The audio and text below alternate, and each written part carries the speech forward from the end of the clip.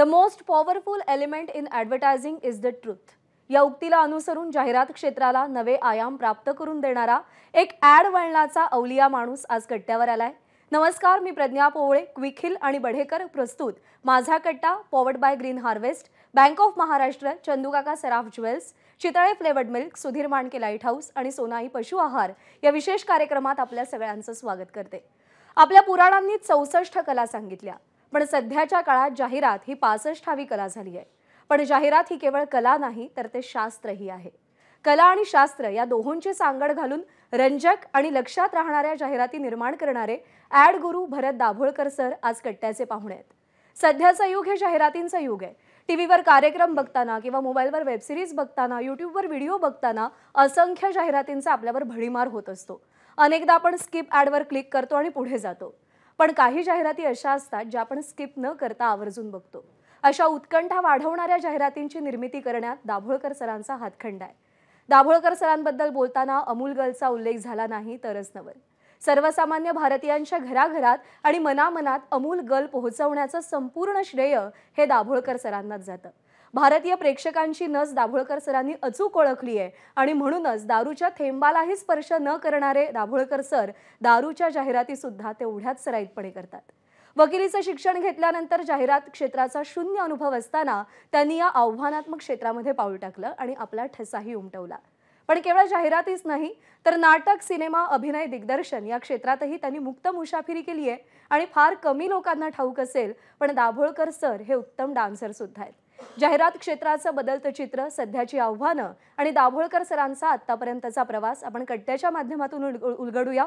Sir नमस्कार, आपलं स्वागत आहे. नमस्कार भरतजी, खूप दीर्घ प्रतीक्षेनंतर तुम्ही आम्हाला कट्ट्यावर भेटलेले आहात. मी जबरदस्तीने आलोय, तुम्हाला घ्या घ्या म्हणून सांगून आलोय. मी तुम्ही मला बोलवलं नाहीये, खरं आहे. याच्यावर कुणीही विश्वास ठेवणार नाही. यांना म्हटलं की तुम्ही गेली 3 वर्ष मला सांगतायत या माझ्या कट्ट्यावरती, आता माझ्या कट्टा नको, मी आता माझी कट्टी आहे असं मी यांना म्हटलं, म्हणून त्यांनी मला बोलवलंय. नाही, पण असं आहे की आता म्हणजे एकाच माणसामध्ये इतक्या वेगवेगळ्या प्रकारचे गुण दिसणं, त्याला ते दाखवता येणं वगैरे, या सगळ्याच खूप छान वाटणाऱ्या गोष्टी आहेत. पण मला कायम कुतूहल जे आहे ते की हे सगळं असताना तुम्हाला आपण वकील व्हावं असं का वाटलं? म्हणजे का वाटलं असेल तुम्हाला की आपण काळा दगडा घालून कोर्टामध्ये जाऊन उभं राहावं? काय डोक्यामध्ये त्यावेळेला चाललं? सोपं कारण आहे. माझी लहानपणापासून ॲम्बिशन होती की मला IPS ऑफिसर व्हायचंय. मला पोलिसात जायचं होतं. म्हणजे वयाच्या 4थ्या वर्षापासून मी वकिली करेपर्यंत अनवेवरिंग ॲम्बिशन माझी होती की मला पोलिसात जायचंय. म्हणून मी LLB केलं. अरे, पोलिसात जायचं तर LLB का केलं? म्हणजे कुणाला पकडलं आणि त्यांनी आपल्यावर काहीतरी केस वगैरे केली तर आपलं ज्ञान असावं काहीतरी बेसिक वगैरे म्हणून. नाही, पण म्हणजे मला म्हणजे तुमच्याबद्दलचं दुसरं एक असं की मराठी माणूस हा आणि साधारण मराठी माध्यमांमध्ये शिकलेल्या आत्ताची जी मुलं आहेत त्यांच्यामध्ये सगळ्यात जो गंड असतो तो इंग्रजीचा. म्हणजे भाषेबद्दलच्या गंडातनं आपल्या इतक्या पिढ्यांचं नुकसान झालंय आणि अत्यंत प्रतिभावान मुलं कधीच पुढे येऊ शकली नाहीत, ते मनातल्या या गंडामुळं. आता तुमचं सगळं शिक्षण मराठीमध्ये झालंय, पण तुमचा इंग्रजी वर्तुळातलं तुमचा वावर, मग ते जाहिरात क्षेत्रातला असेल, नाटकातला असेल, इंग्रजी नाटकं जेवढी तुम्ही केलीत तेवढी त्याच्या आधी क्वचितच कुठल्या मराठी माणसानं केलेली असतील. तर तुमचा हा गंड कसा तुम्ही घालवलात ह्याच्याबद्दल जाणून घेण्याआधी तुमच्या शाळेबद्दल आणि तुमच्या त्या दिवसांबद्दल सांगा ना, जेव्हा तुम्ही. माझी शाळा गिरगावातली आर्यन एज्युकेशन हायस्कूल. आणि माझ्या आईकडची सगळी माणसं, म्हणजे माझ्या मावशीची मुलं, मामांची मुलं सगळी बेळगावामध्ये इंग्लिश शाळेत शिकली, कॉन्व्हेंटमध्ये. माझी आई स्वतः इंग्लिश शाळेमध्ये शिकली होती. तिला इटालियन ननने इंग्लिश शिकवलं होतं, ती लेवल होती. माझ्या वडिलांकडची सगळी मुलं, म्हणजे काकांची मुलं, आत्या, सगळे एक जात इंग्लिश शाळेमध्ये होते. दोन्ही बाजूनी फक्त मी एकटा मराठी शाळेमध्ये होतो, गिरगावातल्या आर्यनमध्ये, 1ली ते 11वी. असं का केलं होतं? म्हणजे तुमच्याबद्दल हा दुजाभाव का होता? मला ॲडमिशन मिळाली होती झेवियर स्कूलमध्ये. मग कोणीतरी माझ्या वडिलांनी सांगितलं की इंग्लिशमध्ये घालू नका त्यांना, आपली एक चांगली शाळा आहे मराठी, त्याला मराठी शिकून दे, त्याचं पुढे भलं होईल. आणि ते खरं झालं माझं भलं. म्हणजे त्यांनी सांगितलं तेव्हा मला फार वाईट वाटलं की मला इंग्लिश बोलता येत नव्हतं, काही करता येत नव्हतं वगैरे. पण त्याचा मला पुढे खूप उपयोग झाला. कारण शाळेमध्ये आम्हाला भगवद्गीता होती, आम्हाला दरवर्षी एक त्याच्या अध्यायावरती आम्हाला परीक्षा द्यायला लागायची. त्यामुळे आमचं संस्कृत आम्हाला शाळेमध्ये शिकलो आम्ही. मराठीमध्ये असल्यामुळे आम्हाला मराठी लेखक पु ल देशपांडे कळले, वि स खांडेकर कळले, कुसुमाग्रजी कळले. इंग्लिश तुम्ही कधी पिकअप करू शकता, पण हा जो बॅकग्राऊंड जो असतो ना तो तुम्हाला पुढे मिळत नाही. तर ते मला खूप नंतर उपयोगी पडलं. आणि आम्हाला मी 10वीत असताना मला लोअर इंग्लिश होतं. म्हणजे this is a boy, his name is Ram, this is a girl, her name is, असं हे 10वीमध्ये आम्हाला इंग्लिश. कोणीही इंग्लिश बोलत नव्हतं, आमच्या घरातही कोणी इंग्लिश बोलत नव्हतं. आणि मी जॉईन केलं एल्फिन्स्टन कॉलेज. मग तेव्हा एल्फिन्स्टन आणि झेवियर्स म्हणजे मुंबईतले अगदी प्रतिष्ठित sophisticated south Bombay colleges. First year arts. माझ्या वर्गात मुंबईतल्या सगळ्यात सुंदर 145 मुली होत्या आणि 5 मुलं. त्यातला एक आंधळा होता, हसमुख शहा म्हणून. एक आमच्या प्रिन्सिपलचा मुलगा होता, पुशी रेगे आमचे प्रिन्सिपल होते, त्यांचा मुलगा मनोज माझ्या वर्गामध्ये होता. त्याचे आई वडील वरतीच राहायचे, त्यामुळे तो मुलींकडे बोलणं वगैरे फारसं करायला जायचं नाही, पण कोणीतरी बघायचं वरनं अभ्यास न करताय काय करतोयस वगैरे. That left 3 of us. 3 आम्ही मुलं होतो. एकाला फक्त अभ्यासाशिवाय कशातही इंटरेस्ट नव्हता. तेव्हा आम्ही दोघंच उरलो. आणि you don't have to believe it now, पण मी दिसायला त्याच्यापेक्षा बरा होतो खरं म्हणजे त्या दुसऱ्या मुलापेक्षा. पण मला एकही शब्द इंग्लिशमध्ये येत नव्हता. म्हणजे एखादी मुलगी आली माझ्याकडे, म्हणाली की Bharat shall we bunk the next lecture and go for a film. तर तिला मी मनातल्या मनात मराठीमध्ये उत्तर द्यायचो आधी, की मी आईला जेवायला घरी येतो म्हणून सांगितलं आहे, तर मी येऊ नाही शकणार. मी ते ट्रान्सलेट करतो मनातल्या मनात, की I have told my mother की I am coming home for lunch. 2-3दा म्हणून बघायचो आपलं प्रोनाऊन्सिएशन. ते मी उत्तर देईपर्यंत ती मुलगी सिनेमाला जाऊन यायची. तर तेव्हा मला जाणवलं की आपल्याला ह्या इतक्या सुंदर मुली आहेत, त्यांच्याकडे बोलायचं असेल तर काहीतरी आपण भाषा शोधली पाहिजे. मग म्हटलं मला मराठी बोलता येतं. म्हणजे प्रॉब्लेम असा असतो ना, आपल्या मराठीमध्ये शिकलेली मुलं असतात, म्हणजे कुठल्याही व्हर्नॅक्युलरमधली, आम्हाला इंग्लिशचं ज्ञान असतं. बोलताना आपल्याला भीती अशी असते की आपल्याला करेक्ट शब्द कळणार नाही आणि म्हणून आपण काहीतरी चुकीचं बोलू. तर मी म्हटलं मला मराठी बोलता येतं. मी गुजराती लोकांमध्ये वाढलो आहे, मी गुजराती लिहितो, वाचतो, बोलतो. म्हटलं मराठी येतं, गुजराती येतं, हिंदी येतं. तर समजा एखादा शब्द अडकला तर आपण तिकडे मराठी शब्द वापरूया. आणि असं मी बोलायला चालू केलं. आणि त्याचा मला पुढे प्रचंड उपयोग झाला. मी जाहिरातीमध्ये पण झाला, नाटकात पण झाला, की ही जी अशी भाषा झाली धेडगुजरी भाषा, त्याला मग लोकांनी कोणीतरी एक गोंडस इंग्लिश असं नाव दिलं, की Bharat Dabholkar is the father of English. Father of इंग्लिशवर काय नव्हतं मी, माझा हा प्रॉब्लेम होता की मला दोन्ही भाषा येत नव्हत्या. नाही, पण त्याच्यातून तुम्ही मुंबईच्या संस्कृतीला म्हणू आपण, नाट्य संस्कृतीला इंग्लिश नाटकांचं एक मोठं देणं त्याच्यातनं मिळालं. पण त्याला कारणीभूत आहेत पु ल देशपांडे. म्हणजे माझं पहिलं नाटक मी लिहिलं ते तुझा आहे तुझ्यापाशी इंग्लिशमध्ये लिहिलं. आणि त्यात मी सगळा जो त्याचा ढाचा होता तो तसाच ठेवला. म्हणजे काकाजी शायरी सांगायचे, आचार्य बोलताना संस्कृतचे भगवद्गीतेचे हे संस्कृतचे म्हणजे रेफरन्सेस द्यायचे. तर मुंबईतला कुठलाही प्रोड्युसर नाटक करायला तयार नव्हता. मी ॲलेक पदमसीशी बोललो, पर्ल पदमसी होती, सिल्वेस्टर डिकुना होते, मोठमोठी माणसं होती. ते म्हणले भरत हे चालणार नाही, दिस इज लिटल बिट असं हे मजा चालेल, पण इतकं पूर्ण 3 अंकी नाटक, दिस विल नॉट वर्क. मी पुलांना पत्र लिहिलं, ओळख नव्हती तेव्हा माझी. म्हणते की मला तुम्ही नाटक तुमचं इंग्लिशमध्ये करायचं, तुम्ही परमिशन द्याल का तुम्ही. तर ते म्हणले करू नकोस, कारण हे नाटक हिंदीमध्ये झालं आहे, गुजरातीमध्ये झालं आहे, कन्नडमध्ये झालं आहे, पण त्यात तो फ्लेवर आलेला नाही आहे मराठीमध्ये, तर इंग्लिशमध्ये येणं शक्यच नाही आहे. तर मी त्यांना परत पत्र लिहिलं. म्हटलं मी काही नाटकातला माणूस नाही, आय जस्ट जॉईंड ॲडव्हर्टायझिंग आणि मी हे लिहिलं आहे नाटक, मी तुम्हाला पाठवतो एक प्रत याची, तुम्ही सांगा करू नका, मी करणार नाही. तुम्ही म्हणा की हे चेंज करा, मी चेंज करीन. आणि तेव्हा मला पुल्लांनी तेव्हा पत्र लिहिलं, म्हणजे दिस मस्ट बी इन 80s, की I have gone through your script, do it without changing a single word, because this is the language the whole of India will be speaking 10 years from now. हे पुल्लांना तेव्हा कळलं होतं. आणि त्यात आमच्या नाटकामध्ये अप्रतिम माणसं होती. म्हणजे मनमोहन कृष्ण, आत्माराम भिंडे, वृषाली गोखले, माधव प्रधान, हंसू मेहता अशी माणसं होती, मोहन भंडारी. आणि त्यात वासुअण्णा धोत्रात बोलायचा, गोटा हे असलेलं वगैरे. काकाजी शायरी सांगायचे. आणि असं नाटक इंग्लिश स्टेजवरती कोणी बघितलं नव्हतं. आणि ॲडव्हान्टेज माझा नव्हता की ह्या लेवलची ॲक्टिंग इंग्लिश स्टेजवर कोणीही बघितली नव्हती. म्हणजे इंग्लिश नाटकामध्ये तुमची ॲक्टिंगपेक्षा ॲक्सेंटला चांगलं जास्त महत्त्व होतं. मी फालतू माणसं कामं करायची आणि चालायची, एक 20-25 शोज चालायची. ह्या लेवलची ॲक्टिंग म्हणजे लोकांनी डोक्यावर घेतलं नाटक ते. म्हणजे आम्हाला पान भरून रिव्ह्यूज यायचे. म्हणजे इंडियन एक्सप्रेसमध्ये तेव्हा ते कोण होते त्यांचं नाव विसरलो, मला वाटतं रवींद्रनाथ, PK रवींद्रनाथ म्हणून त्यांचे फार मोठे जर्नलिस्ट होते. त्यांनी मोठं टायटल लिहिलं होतं की ब्रॉडवे बिवेअर, की मी जाऊन नाटक बघितलं आहे आणि पडदा उघडला, आणखीन समोर एक माणूस धोत्रात बोलतोय, एक माणूस गोटा आहे त्याला हे आहे, एक माणूस हिंदी बोलतोय मध्येच, एक माणूस संस्कृत बोलतोय, आणि यासाठी कुठलं नाटक आहे, इंग्लिश आहे का हिंदी आहे नाटक. पण I saw the reaction of the people, आणि I must write and tell everybody की if this is working now, Broadway beware, की तुम्ही भारतामध्ये पूर्ण इंग्लिश नाटकं आता करू शकणार नाहीत, हे त्याची सुरुवात तिथनं झाली. आणि ॲज अ सेड की पुलं वॉज रिस्पॉन्सिबल फॉर दिस. पण हे नाटकाबद्दल झालं. त्याच्या आधी तर तुम्ही शाळेतनं मग तुमचं काय BA झालं पूर्ण? मी BA ऑनर्स केलं इकॉनॉमिक्स, सोशॉलॉजी आणि अँथ्रोपॉलॉजीमध्ये. मग मी लॉ केला. मग लॉ बरोबर मी बिझनेस मॅनेजमेंट केलं. पण मग तुमचं जे स्वप्न इच्छा होती की IPS मध्ये त्याच्या परीक्षा वगैरे दिल्या? नाही, तेच झालं काय की मी फॉर्म भरले आणि माझा एक मित्र होता प्रमोद मराठी म्हणतो, नंतर आर्मीमध्ये गेला. तर त्याला आम्ही राहायचो मलबार हिलला, आणि तिकडे गव्हर्नरचा प्रायव्हेट बीच आहे, तिकडे फक्त आम्हाला अलाउड होतं जायला. आम्ही तिकडची राहणारी माणसं जी होत होती, तर आम्ही तिकडे दररोज पोहायला जायचो. आणि याची इच्छा होती की आपण कफ परेडपासनं तिथपर्यंत पोहत येऊ. माझ्यावर तू बोट घेऊन ये. मी आयुष्यात कधीही बोट चालवली नव्हती, म्हणजे इव्हन महाबळेश्वरला जे बोटवर तेही नाही केलेलं मी. आणि आम्ही गेलो, ते राडियाज म्हणून तिकडे तेव्हा एक हे होतं चौपाटी, राडियाज फ्लोटिला क्लब म्हणून तिकडे होता क्लब. तिकडे आम्ही गेलो, आम्ही 4 जण गेलो. म्हटलं की आम्हाला एक बोट पाहिजे. आम्हाला मोठी बोट दिली, ती दोघांनी चालवायची. तर ती घेऊन आम्ही 4 गेलो कफ परेडला. बाकीची 2 माणसं तिकडे उतरली.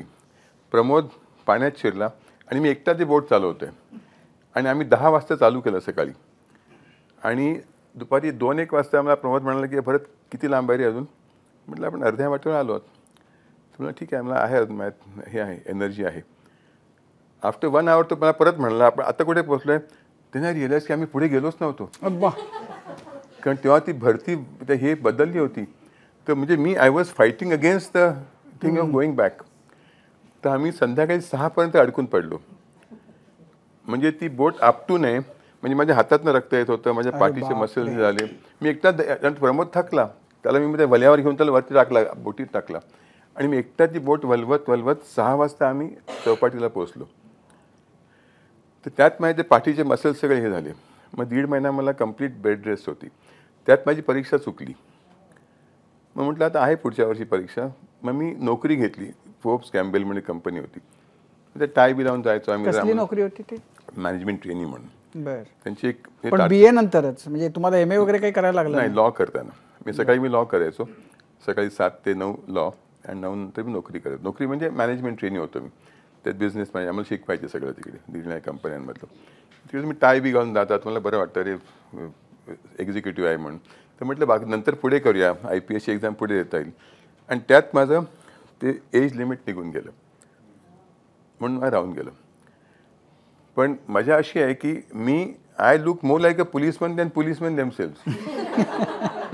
म्हणजे एकदा ऑल इंडिया रेडिओवरती एक प्रोग्राम होता की image of police in the media. तर त्यांनी मला बोलवलं.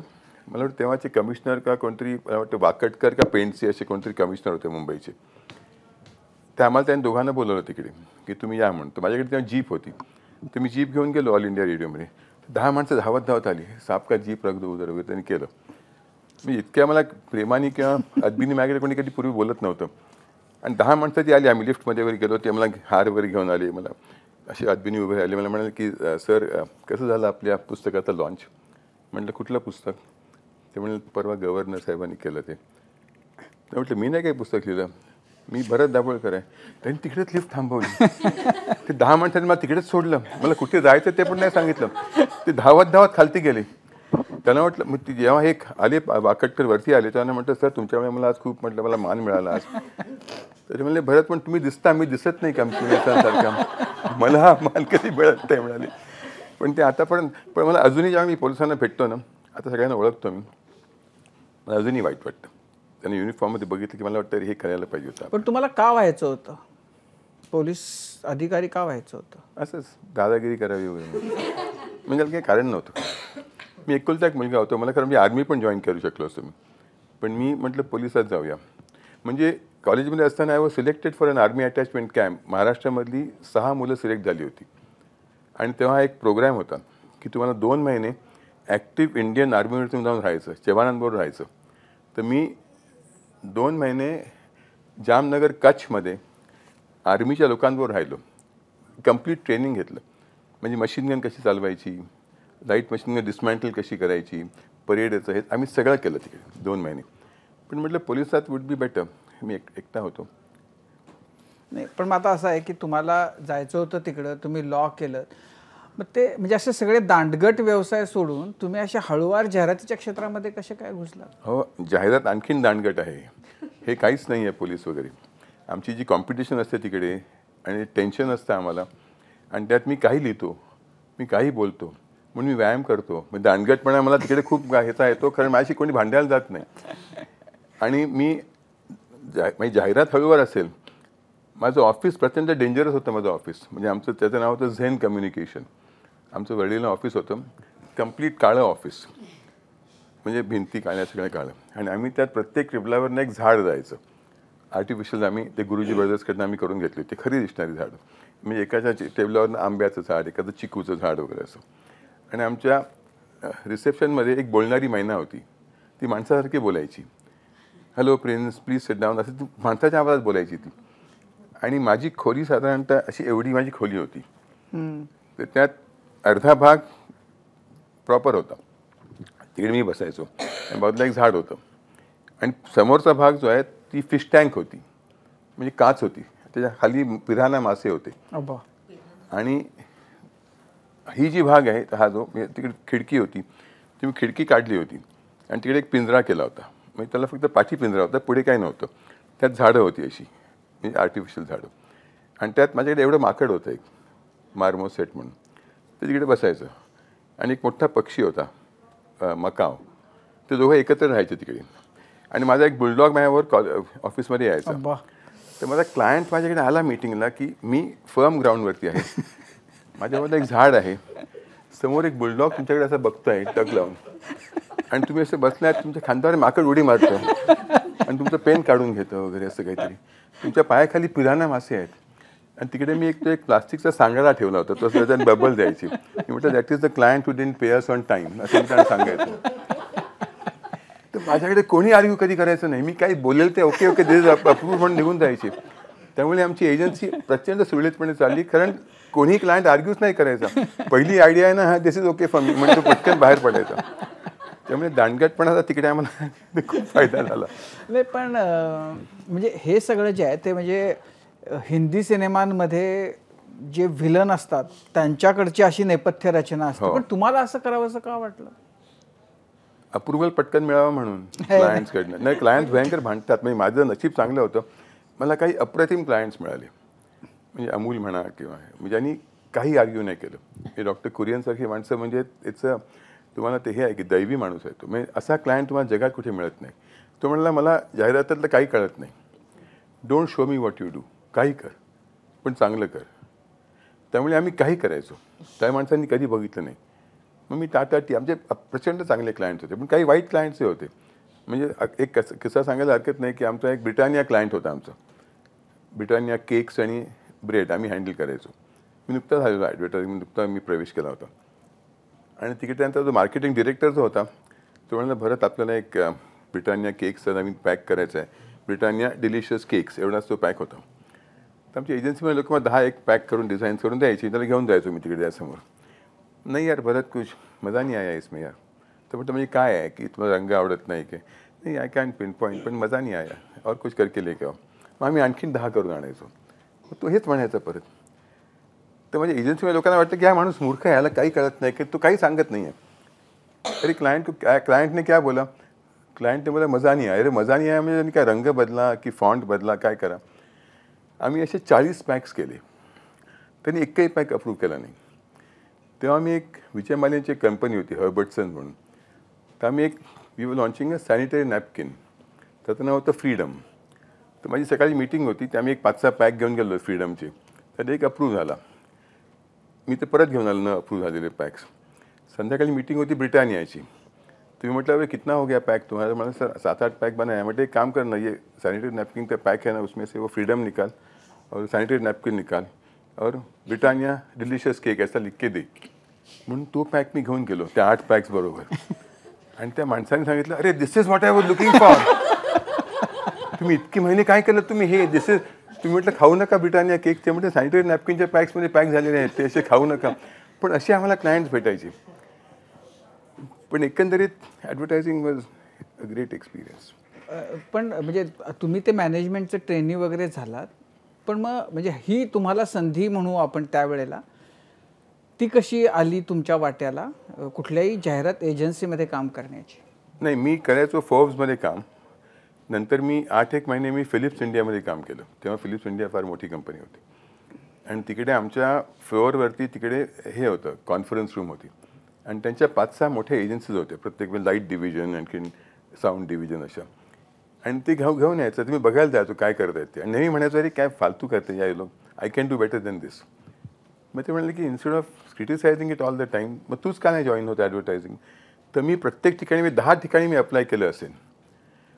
कुणालाही मी नको होतो, कारण तुमचं काय बॅकग्राऊंड नाही आहे. तुम्ही लॉयर आहात, तुम्ही काम करतात फिलिप्समध्ये, you have no knowledge of advertising. आणि तेव्हाचा स्टार्टिंग सॅलरी वॉज काहीतरी 500 का 600 रुपये. तर म्हटलं बाबा I am earning more than that. पण ते म्हटलं दॅट वी कॅन्ट हेल्प, आमची स्टार्टिंग सॅलरी आहे. नशिबाने मला डिकुना असोसिएट्स म्हणून एक कंपनी होती जी अमूलचं जाहिरात करायची. त्यांना एक माणूस पाहिजे होता. तिकडे मला नोकरी मिळाली, पण as a client servicing person. मग त्यासोबत काही क्रिएटिव्ह माणसं फार मूडी असतात.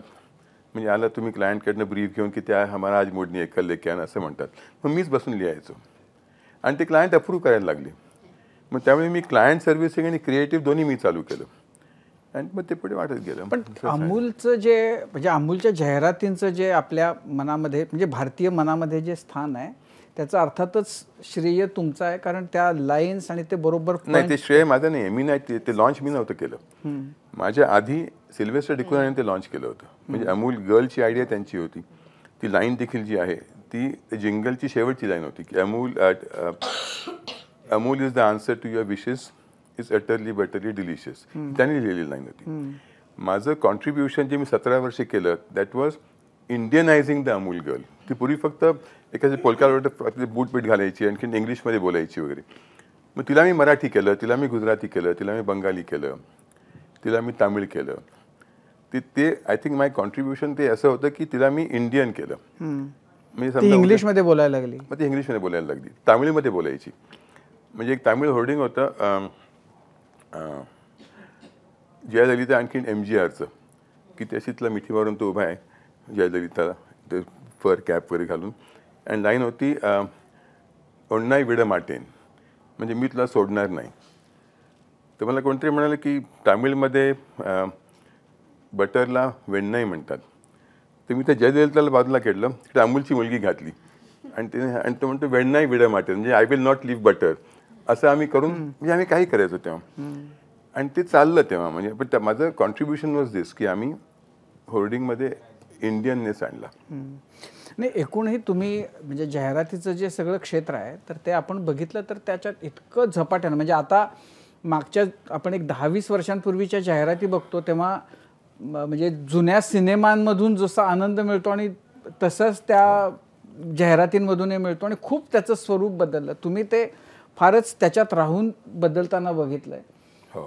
तर ह्या बदलांबद्दल तुम्ही काय सांगाल? असं होतं की पूर्वीनं जाहिरात क्षेत्रामध्ये फक्त इंग्लिशचा डॉमिनन्स होता. म्हणजे तुम्ही प्रत्येक माणसं जी होती हेडिंग एजन्सीज वगैरे तर सगळी इंग्लिश बॅकग्राऊंडची माणसं होती.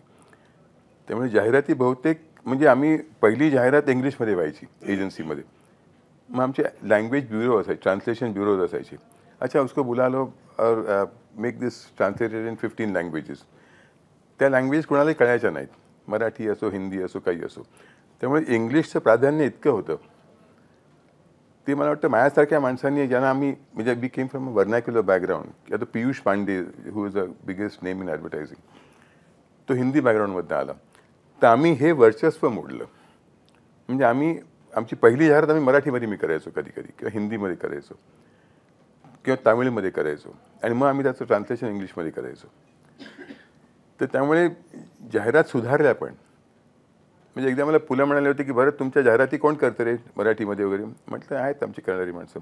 का ते म्हणले परवा एक जाहिरात बघितली मी सुमित मिक्सरची, की Sumit mixer now offers 6 new jars for the satisfaction of the housewife. ते कोणीतरी म्हणजे असं केलं होतं की सुमित मिक्सर आता 6 नवीन जार तुम्हाला देतो आहेत गृहिणीच्या स्वास्थ्याचे सॅटिस्फॅक्शन. तर त्याला जारमधला फरक कळतो का? तर म्हटलं मग कोणीतरी केलं असेल ते असं पूर्वी व्हायचं, ते आम्ही बदललं. आम्ही ते मराठी म्हणजे मराठी केलं, हिंदी म्हणजे आम्ही हिंदी केलं. त्याचा मग खूप फायदा होत गेला. आता म्हणजे तुमचं नाव घेतलं की आम्हाला पहिल्यांदा अमूल आठवतं आणि अमूलच्या त्या आठवतात. तुम्हाला तुमचं काम म्हणून कोणत्या गोष्टी आठवतात पहिल्यांदा? अमूल म्हणजे सगळ्यात आम्हाला प्रसिद्धी मिळाली अमूलमुळे. म्हणजे अमूल मिल्क लॉन्च केलं मी, अमूल मिल्क, दही, लस्सी, मिल्कशेक सगळं मी लॉन्च केलं. पण मी फ्रुटी पण लॉन्च केलं. Frooti, Appy, Bailey, Thums Up 500, good night mosquito repellent. नंतर मी हिट लॉन्च केलं. मी बँक ऑफ इंडिया सगळ्या जाहिराती करायचो, स्टेट बँकेच्या करायचो, एक्झिम बँक आम्ही लॉन्च केली, मी लॉरियालच्या जाहिराती केल्या. त्यामुळे खूप केलं. पण लोकांच्या डोक्यात ते एक अमूल बटर जे बसलं आहे ना. पण तुमच्या ज्या लाईन्स होत्या त्यातली तुम्हाला म्हणजे आता टेस्ट द थंडर कोणाचं होतं मला माहिती नाही, किंवा अटरली बटरली तुम्ही सांगितलं ते डिकुनांचं होतं. तुम्हाला तुम्ही दिलेल्या असे जे लाईन्स आहेत त्यातली कोणती तुम्हाला स्वतःला फार? मला लिहिली की सगळ्या आवडायच्या. मी 8 दिवसानंतर बघितलं एक दिस फालतू होती रे, आणखीन चांगलं करायला पाहिजे असं वाटतं. पण मी खूप होत्या. म्हणजे मी ते एक झहीर अब्बासची फार फेमस झाली की तेव्हा तो झहीर अब्बास आपली चालू होती टेस्ट क्रिकेट सिरीज पाकिस्तानमध्ये, आणि तो प्रत्येक इनिंगला सेंचुरी मारायचा. तर मी तेव्हा असं केलं की Zaheer Abbas and have some utterly batterly Amul असं मी लिहिलं. आणि कराचीमध्ये मॅच होती तेव्हा तो 14 रन काढून आऊट झाला. आम्ही एक बॅनर लावलं, Zaheer thank you for listening to Amul and getting out fast. तसं आम्ही खूप करायचो. पण काही काही जाहिरातीने आम्हाला प्रॉब्लेम्स पण केले. म्हणजे मी दरवर्षी गणपतीच्या जाहिराती करायचो, 10 दिवस गणपती. एक जाहिरात अशी होती की गणपती मूर्ती आहे, हातात एक ब्रेडचा स्लाइस आहे आणि समोर एक मुलगी बटर घेऊन आली आहे आणि the line was Ganpati Bappa मोर घ्या. तर ती आम्ही होर्डिंग केली. मला एक मुंबईतल्या एका वकिलाकडनं 20 पानी पत्र आलं की I am a regular consumer of Amul butter, पण your latest hoarding has hurt my religious feelings. कारण हिंदू धर्मामध्ये आपण हिंदू देवाच्या हातात पाव दाखवू शकत नाही हे त्यांनी लिहिलं होतं. की पूर्वी एकेकाळी म्हणे ख्रिश्चन लोक विहिरीमध्ये पाव टाकायचे आणि तुम्ही पाणी प्यायला की तुम्ही बाटलात ख्रिश्चन असं. तर you cannot show Indian god holding a bread. पण तुम्ही हे केलं आहे, तर I am writing to inform you की आजपासून मी अमूल बटर खाणार नाही. मग त्यांनी आणखीन एक प्रोव्हायडर दिला की बट इफ यू अश्युअर मी की तुम्ही हे परत कधी वापरणार नाही तर आय विल रिकन्सिडर. आम्ही परत कधी वापरत नव्हतो. नाही तरी मी त्याला लहानचं 2 वेळचं पत्र लिहिलं की म्हटलं but this is not to hurt your feelings. म्हटलं आपले देव देखील म्हटलं काही फ्रोझन मूर्ती आहेत की राम म्हणजे मग राम, लक्ष्मण, सीता आणि हनुमान, कृष्ण म्हणजे राधाकृष्ण. पण म्हटलं की Ganpati is a fun god. तो गिटार वाजवतो, क्रिकेट खेळतो, फिल्म स्टार होतो. पण if it has hurt your feelings I give you my personal assurance, मी परत कधीही वापरणार नाही. त्यांनी मला 35 पानी पत्र लिहिलं. ते वकिलांना मला वाटतं लिहिता येत नाही 2-3 ओळीमध्ये वगैरे की I refer to my earlier letter dated so and so. त्यांनी सगळं परत लिहिलं ते. वेर आय हॅड मेन्शन की I have stop eating this because then I refer to your letter dated so and so where you told me that you will never repeat this again. On the basis of your assurance I am happy to inform you की I have started eating Amul butter again. म्हणून ते आम्हाला आलं. तर म्हटलं आता ह्याच्यापुढे आपण चान्स नाही घ्यायचा. पुढच्या वर्षी मी काय केलं की सेम होर्डिंग मी सेम व्हिज्युअल. गणपती हातात आणखीन काही नाही, ज्या असतात नेहमीच्या गोष्टी त्याच 4ही हातांमध्ये. मुलीच्या प्लेटवर काही नाही, रिकामी प्लेट, आणि ती म्हणते गणपती बाप्पा मोर द्या. तेवढंच मी फक्त चेंज केलं. आता म्हटलं दिस इज सेफ. मला अमूलच्या मुंबईच्या ऑफिसचा फोन आला की आम्हाला चौपाटीच्या शिवसेना शाखा प्रमुखाचा फोन आला आहे की तुम्ही हे नाही काढलं होर्डिंग तर आम्ही जाळून टाकू, तुम्ही काहीतरी चेंज करा. म्हटलं असं घाईत नको करूया आपण, let's talk to somebody senior. तेव्हा माझी कुणाची ओळख नव्हती शिवसेना. आता सगळ्यांची ओळख आहे आता, तेव्हा कुणाची ओळख नव्हती. तर मी नावं काढली. Manohar Joshi not in town, Chhagan Bhujbal not in town, Sudhir Joshi not in town, Pramod Navalkar not in town. मी बाळासाहेबांना फोन केला. म्हटलं की सर तुम्हाला भेटायचं होतं. ते म्हणलं उद्या सकाळी 10 वाजता या शिवसेना भवनामध्ये. मी ती प्रिंट घेऊन गेलो. म्हटलं माझं नाव भरत दाभोळकर, मी हे लिहितो, यात काही ऑब्जेक्शनेबल आहे का? ते म्हणाले तू लिहितोस? म्हटलं हो. मला माहीत नव्हतं मराठी माणूस लिहितोय म्हणून. मला अभिमान आहे तुझा, लिहित जा. आणि मी कार्टुनिस्ट आहे, मी काय ऑब्जेक्शनमध्ये याला कोणी घेणार नाही. तर म्हटलं पण आम्हाला फोन आला आहे. काही काळजी करू नकोस. कुणाचा फोन आला होता? शाखा प्रमुखाचा. मी त्याला फोन करून सांगतो टू गिव्ह यू प्रोटेक्शन. तर मी ऑफिसला आलो. म्हटलं भासाहेब म्हणाले काही काळजी नाही आहे. म्हटलं ते म्हणलं की तुम्ही तुमच्या होर्डिंगला आम्ही प्रोटेक्शन देतो. शाखा प्रमुखाला सांगतो मी. ते म्हणले पण त्याचाच तर फोन आला होता की आम्ही जाणणार आहोत म्हणून. काय करूया? म्हटलं एक काम करूया आपण. म्हटलं ठेवूया. लेट्स होप की समबडी बर्न्स इट डाऊन. मी तुमच्या मीडियाबद्दल बोलतोय, म्हणजे वाईट वाटून नका घेऊ. म्हटलं जेव्हा ते कोणी समजा जाळलं ते, तर लगेच राजदीप सरदेसाई, बरखा दत्त आणि बाकी तुम्ही सगळी मीडियाची माणसं येतील आणि पुढचे 8 दिवस तर ह्यावरच डिस्कशन चालेल की काय चाललंय आपल्या देशामध्ये. बघा हे अमूलचं बट हे जाळलं गेलं, वी आर बिकमिंग इनटॉलरंट वगैरे. म्हटलं we don't have that kind of budget to publicise Amul. म्हटलं मला बोलवतील डिबेटला, डॉक्टर कुरियनना बोलवतील. This will become a huge. 8 दिवस म्हटलं जगभर म्हणजे भारतभर हे चालेल. मी ते होर्डिंग 20 दिवस ठेवलं, 10 दिवसाच्या ऐवजी. मी बाहेर गेलो तरी मी फोन करायचो, जलाया क्या किसी ने होर्डिंग जलाया है क्या? मग ते नाही सर जलाया नाही अभी तक है ऐसा. मग शेवटी ते फारच ते आउटडेटेड झालं म्हणून मी ते काढलं. त्यानंतर मी कधीही गणपतीवर होर्डिंग नाही केलं. कारण मला जाणवतं की हल्ली आपण we are getting over sensitive ह्या बाबतीत. प्रत्येक म्हणजे मुस्लिम असो, हिंदू असो, काही बोलला तुम्ही कोणतरी ऑब्जेक्शन घेतो. I said I stick to sports वगैरे. पण हा प्रसंग सोडून आणखीन असे बिकट प्रसंग कधी जाहिरातींमुळे आले तुमच्यावर? नाही, म्हणजे मी काही वाटेल ते करायचो, पण मी व्यायाम करत असल्यामुळे लोक माझ्याकडे कधी म्हणजे प्रिंटमध्ये काही बोलायचे, मला माझ्या समोर काही कोणी बोलायचं नाही, मी काही करायचो. प्रेसमध्ये म्हणजे तुमच्या विरोधात लिहिलं कोणी काही? विरोधात खूप लोक लिहायचे, कारण मी काही करायचो. म्हणजे मी एक IBMची ॲड होती, त्यांनी डबल पाणी ॲड होती आणि माझा क्लायंट होता झेनिथ कॉम्प्युटर्स. तर त्यांनी असं एक नवीन कॉम्प्युटरची ॲड केली होती की we present IBM so and so and this space is reserved for anybody who can match a specifications. तर मी ती अख्खी ॲड लोगो सगळं वापरली. We fill the blanks at others leave म्हणून त्या ब्लँकवरती आम्ही हे केलं. तर मला त्यांचा फोन आला की वी विल सू यू, तुम्ही आमचा लोगो वापरल्यात. म्हटलं सू मी तर तुम्ही सांगितलं की fill in the blanks if you we are leaving you open space. तर असे खूप प्रसंग यायचे. म्हणजे मी काही वाटेल ते करायचो. आणि मी वकील असल्यामुळे मला माहिती होतं की मला कोणी सू करू शकत नाही. मला आय न्यू माय राईट्स. त्याचा खूप फायदा आला त्यामुळे. भरतजी, खरं तर आम्हाला तुमच्याकडनं जाणून घ्यायचं की आधी फक्त कागदावरच्या जाहिराती होत्या आणि नंतर ते ट्रान्झिशन होऊन टेलिव्हिजनवरच्या आणि बोलक्या जाहिराती. हे जे ट्रान्झिशन होतं ते कसं होतं आणि ते सगळ्या या ॲड क्षेत्रासाठी किती कठीण होतं? तुमच्या सगळ्यांसाठी किती कठीण नव्हतं. तेव्हा आम्ही 1 मिनिटाच्या फिल्म्स करायचो, कारण त्या TV नव्हता एवढा मोठा. म्हणजे कमर्शियल टेलिव्हिजन तेव्हा चालू झालं नव्हतं, तर नंतर चालू झालं. तेव्हा आम्ही 1 मिनिट म्हणजे थिएटर फिल्म्स करायचो आणि त्यात खूप भानगडी व्हायच्या. म्हणजे एक दोन किस्से सांगायचे. म्हणजे मी व्हिडिओकॉन लॉन्च केलं, व्हिडिओकॉन टेलिव्हिजन. तर ते धूत आम्हाला म्हणाले की आम्ही we are the highest selling television, आम्ही राजे आहोत त्या. तर म्हटलं मग तुम्हाला आपण म्हटलं will make a symbol for you की तुम्ही राजे आहात, म्हणजे you are the king of the jungle, म्हणजे तुम्ही लायन आहात.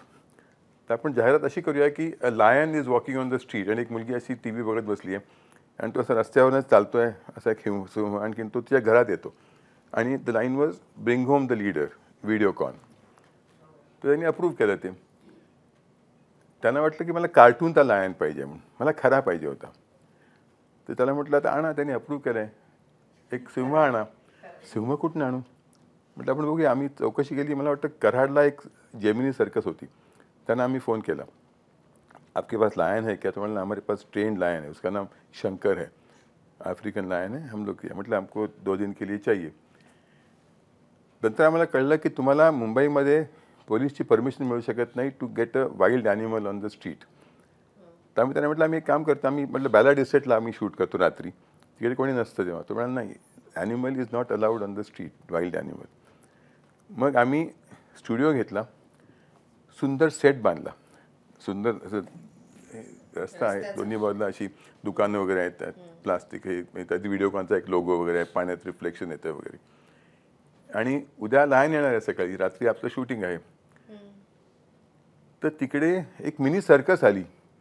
म्हणजे 1 सिंह, 1 वाघ, 8 माकडं, 10 पक्षी. तर म्हटलं हे काय पाठवले आहेत? ते म्हणलं लायनला त्या सिंहाला त्याला सवय आहे ना अशी आवाजाची आजूबाजूला, त्याला एकटं वाटेल फार, म्हणून आम्ही अख्खी सर्कस पाठवली आहे तिथे. म्हणून ती अख्खी सर्कस आली आमच्या स्टुडिओमध्ये. आणि रात्री म्हटलं शूटिंग करायचं आहे. आम्ही या एजन्सीला म्हटलं की काम करा, एक फोटोग्राफर आणा, steel photographer, get somebody who is fond of animals, म्हणजे त्यांना आवडेल हे करायला असं. आमची ही माणसं मूर्ख असतात. त्यांनी एक फॅशन फोटोग्राफर आणला. तर आता आमची शूटिंग सुरू झाला. म्हणजे तुम्ही विचार करा की हा असा पिंजरा यायचा, हा हा आणखी माणूस वगैरे कोण नव्हतं. तो पिंजरा आला की तो उघडला की तो उडी मारतो बाहेर. आणि माझी इच्छा होती की त्यांनी चालायचं असं, त्यामुळे तुम्हाला तुम्ही तो शूट करता की तो रस्त्यावर चालतोय वगैरे. तो उडी मारायचा आणि एका खुर्चीवर जाऊन बसायचा असा. तर म्हटलं उसको चलाव. तो यही करता है वो. मतलब आपने बोला ट्रेंड है ना, तो बोला यही ट्रेंड मतलब यही ट्रेंड नहीं है उसका, ऐसा आके बैठता है उधर. त्यानंतर मग जा म्हटलं की ते परत जातो आतमध्ये पिंजऱ्यामध्ये. म्हटलं हमारा कॉन्सेप्ट वो चलने का है. मतलब हम एक प्लान करते हैं कि उसको हम हार्नेस लगाते हैं. मी ते बारीक तारा, एक पुढे आणि एक पाठी, त्यांच्या गळ्यात तारा घातल्या त्या. एक पाठनं ओढतोय, एक पुढनं ओढतोय. आणि आमचा फोटोग्राफर फॅशन फोटोग्राफर, त्याला मुलींची सवय मॉडेल्सची. मग तो आला की तो म्हणता थोड़ा फेस ऊपर, थोड़ा ऊपर करना, थोड़ा नहीं थोड़ा लुक इधर, अरे तो लायन है, तो सिंह है, तो का ती मॉडल है का ती. तो म्हणायचा थोड़ा ऊपर करो, थोड़ा उसको लेफ्ट का करो, उसका लुक थोड़ा इधर. तो 12-1 वाजता लायन अतिशय रागावला. तो त्यांनी हिसका दिला, त्यांनी तो हे तोडलं आणि त्यांनी आमचा अख्खा सेट तोडला तिकडे. म्हणजे प्लास्टिकच्या आम्ही ते शीट्स लावल्या होत्या, त्यांनी कम्प्लीट तो सेट तोडला. मग रात्री 1 वाजता मी धूतना फोन केला. म्हणजे एक प्रॉब्लेम झाला आहे. म्हटलं तो सिंह काय म्हटलं ट्रेंड नाही आहे, वाघ घेऊ का. मग ते म्हणाले वाघ नको, ती वाघ मिळेल तेव्हा शिवसेनेचं सिंबल आहे, ते फार पॉलिटिकल वगैरे होईल. मग आम्ही तो परत सेट लावला त्या रात्रीमध्ये. सकाळी त्या बिजॉन दासगुप्तानी. तो फोटोग्राफर म्हटलं मी नाही येत, तो लायन सुटला बिटला तर मला भीती वाटते. तर म्हटलं आपण एक काम करूया, आम्ही त्या फोटोग्राफरला पिंजऱ्यात ठेवला आणि लायनला बाहेर ठेवला आणि ते आम्ही गाडी फिरवायला आणि तो त्या ह्याच्यात नाही तो शूट करायचा. म्हणजे पिंजऱ्यामध्ये स्टील फोटोग्राफर आणि फिल्म फोटोग्राफर दोघेही पिंजऱ्यामध्ये आणि तो सिंह बाहेर. आणि आम्ही ते ढकलायचे, ती गाडी द्यायची आणि ते असं ढकलत दिलं की तो लायन चालला एखादा स्टेप घ्यायचा आणि हे दोघं पुढे जाऊन हे करून शूट करायची. असं करून आम्ही ती फिल्म शूट केली. तर ह्या अतिशय म्हणजे मजेशीर गोष्टी होत्या. जेव्हा फिल्म झाल्या ना तेव्हा अशा गोष्टी व्हायला नाही, पण लागल्या. याच्यात तुम्ही ते धुताना कसं कळलं की तो खरा सिंह आहे ते नाही सांगितलं त्यांना, म्हणजे शॉक. धुतांचे त्यांना लायन कसा दिसतोय माहितीच नव्हतं, त्यांनी कधी बघितलंच नव्हतं. अच्छा ये लायन आहे क्या, ये तो बहुत दुबला दिखता है असं ते मला म्हणाले. पण त्यांची मला लायन मी असा प्रचंड मोठा असेल, लायन बारीक असतो असं. त्यामुळे ते चांगलं होतं. आमचे क्लायंट्स बहुतेक फारसे शिक्षित नव्हते, त्यामुळे पण मला अशी एक कल्पना आली मनात की त्या आयडियाचा विचार झाला असेल की ते जे उडी मारून खुर्चीत बसायचा, ती जर खुर्ची इथं ठेवायच्या ऐवजी तिथं ठेवली असती तर त्याला चालत जाऊन परत जाऊन उडी मारायला लागली. धावत जायचा ना, तो चालायचाच नाही. तो इकडे खुर्ची असेल तिकडे धावत जाऊन बसायचं, हे त्याचं होतं. त्यात चाबूक वर मारतील म्हणून. त्यामुळे त्याला ते कंडिशन अशी होती की खुर्ची आहे धावत जाऊन बसायचं आणि असं बसायचं, असंही नाही बसायचं. तो लगेच पाय वरती करून बसायचा. पण ही लायनची गोष्ट सोडा, मी एक न्यूट्रामूलची ॲड केली होती. न्यूट्रामूल म्हणजे अमूलचं हे बोर्नव्हिटासारखं ड्रिंक आहे होतं तेव्हा. आणि आमची कॉन्सेप्ट होती की न्यूट्रामूल, तेव्हा ते ब्रूस लीचा सिनेमा आलेला एंटर द ड्रॅगन, ते फार फेमस झालेलं तेव्हा. तर आम्ही न्यूट्रामूलचं symbol was a karate costume. ती मी एक सिम्पल ॲड केली होती की fight between good and evil. म्हणजे न्यूट्रामूलचा जो माणूस आहे तो गुड, तो पांढऱ्या कपड्यामध्ये, आणि समोरचा जो काळ्या कपड्यामध्ये एक माणूस आहे तो इव्हिल आहे. ह्या दोघांची फाईट होते, प्रचंड मोठी फाईट होते. त्या काही बोलत नाही, काही नाही. आणि दोघंही समतोल आहेत. म्हणजे हा एकदा पडतो, एकदा तो पडतो, कोणी जिंकत नाही, कोणी हरत नाही. त्या रिसेसमध्ये त्याला कोणीतरी एक मगमध्ये न्यूट्रामूल आणून देतं त्या आमच्या कराटेच्या माणसाला, आणि त्यात प्रचंड शक्ती आहे. त्यामुळे त्याला तो खूप तुफान मारतो वगैरे. ही आमची सिम्पल फिल्म होती. आता कुणाला घ्यायचं, तर तेव्हा एक विस्पी कापडिया म्हणून एक मुंबईमध्ये कराटेमधला एक मोठा हे होता. म्हणजे त्याचे हजारो स्टुडंट्स वगैरे होते. तर म्हटलं विस्पी ऐसा करणे काय, तर म्हणला करता मैं. आता विलन कोणाला घ्यायचा दुसरा, तर तो म्हणाले की शेट्टी जो होता आपला, मी रोहित शेट्टीचे वडील, ते टक्कल असलेली, तर त्यांना घेऊया. आणि त्यांना काळे कपडे आणि त्यांना असं एक मुंडकं वगैरे असं लावून त्यांना आम्ही केलं. सिम्पल फिल्म, दोघांची मारामारी व्हायची. जेव्हा मी गेलो शूटिंगला, तर विष्णू म्हणाला की भरत, तुला एक सांगायचं आहे की मी कराटे एक्सपर्ट आहे, ही फालतू माणसं मला मारू नाही शकत, मी पडणार बिडणार नाही. I can stop him anyway. तर म्हटलं आपण सिनेमामध्ये तुला पडायला पाहिजे. तुम्हाला नाही Bharat, my students what will my students feel. तर मी पडणार नाही. शेट्टी म्हणाला ये कौन है पारसी. मैं फाइट मास्टर हूँ, मैं अमिताभ बच्चन और धर्मेंद्र को मैं सिखाता हूँ, उसको बोलो जैसा मैं करूँगा वैसा उसको करना पडेगा. तर दोघेही ऐकायला तयार नव्हते. तर ती फिल्म रोमॅन्टिक झाली ती फिल्म. कारण कोणी पडत नव्हतं, कोणी कोणाला मारत नव्हतं, काही नाही. ह्यानी मारलं की तो ब्लॉक करायचा, ह्यानी मारलं की तो ब्लॉक करायचा. त्याने पकडलं ते दोघं नुसते फिरायचे. त्याला म्हणजे ते रोमॅन्टिक, त्याला चांगलं हे झालं. त्याला काही न्यूट्रामूलची गरज, त्याला न्यूट्रामूल प्यावर काही गरजच नव्हती त्याच्यामध्ये. आता म्हटलं क्लायंट कसा अप्रूव्ह करेल ही फिल्म. आता काय करायचं. मग आम्ही दिवसभर विचार केला. म्हटलं उद्या रात्री परत शूट करूया. तर मी विस्पीला म्हटलं विस्पी तू म्हटलं कोणी मारून पडणार नाहीस, पण तुम्ही आपोआप पडता ना, तुम्हाला शिकवतात ना. तुम्हाला हो आम्हाला कराटेमध्ये शिकवतात की तुम्ही आपल्या पण पडू शकता तुम्ही. म्हटलं आपल्या पण पडशील का तू. तर म्हटलं आपल्या पण पडीन मी.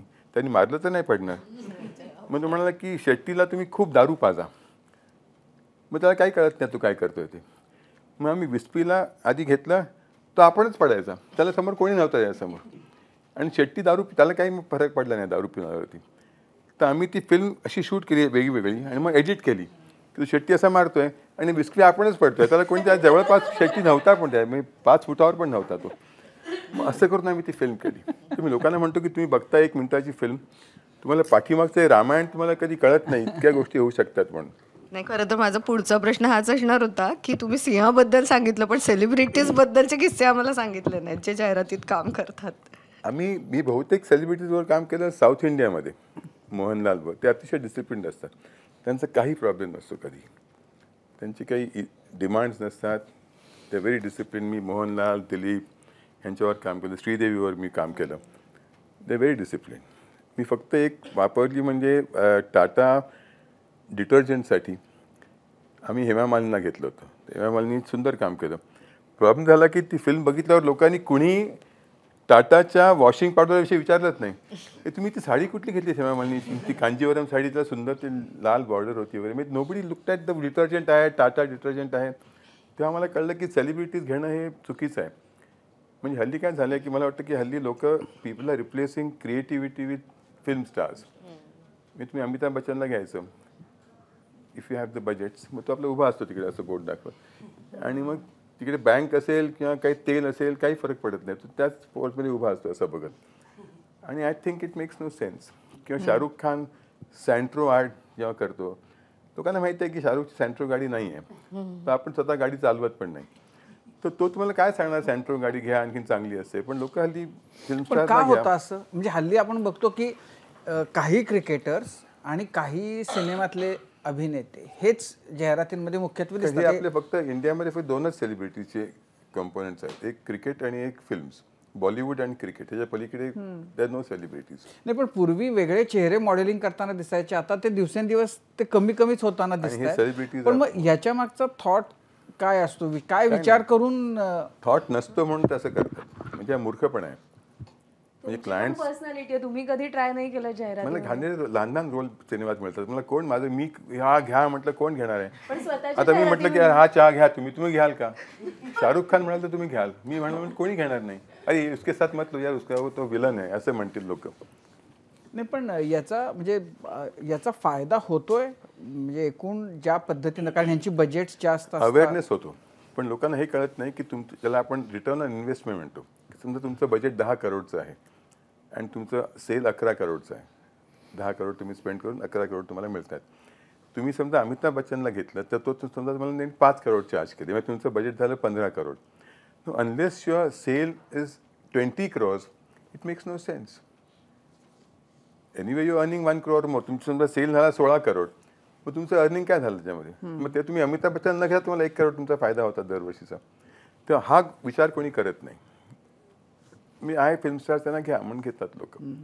आणि तुमचा प्रश्न, मला ना कोणी ओळखत नाही. मी जगभर फिरतो. मला रस्त्यावरती एअरपोर्टला माणसं भेटतात. मी त्रिशंकू आहे, म्हणजे ओळखीचा चेहरा पण कोण आहे माहीत नाही असं आहे. मी मधला आहे मी त्यातला. तर मला मॉलमध्ये माणसं भेटतात, एअरपोर्टला माणसं भेटतात. सर आपके साथ एक सेल्फी ले क्या. म्हटलं हा लो ना. मी खुश होतो. आपका नाम क्या है. मैं म्हणतो भरत दाभोळकर. आप फिल्म में है ना, कौन सा फिल्म है. मग मी त्यांना सांगतो की मी हिंदीमध्ये ह्या फिल्ममध्ये होतो, मराठीमध्ये ह्या फिल्ममध्ये होतो. मग ते जाऊन डिलीट करतात माझा फोटो नंतर. पण सगळ्यात मजा म्हणजे एकदा माझं ऑफिस होतं टांझानियामध्ये.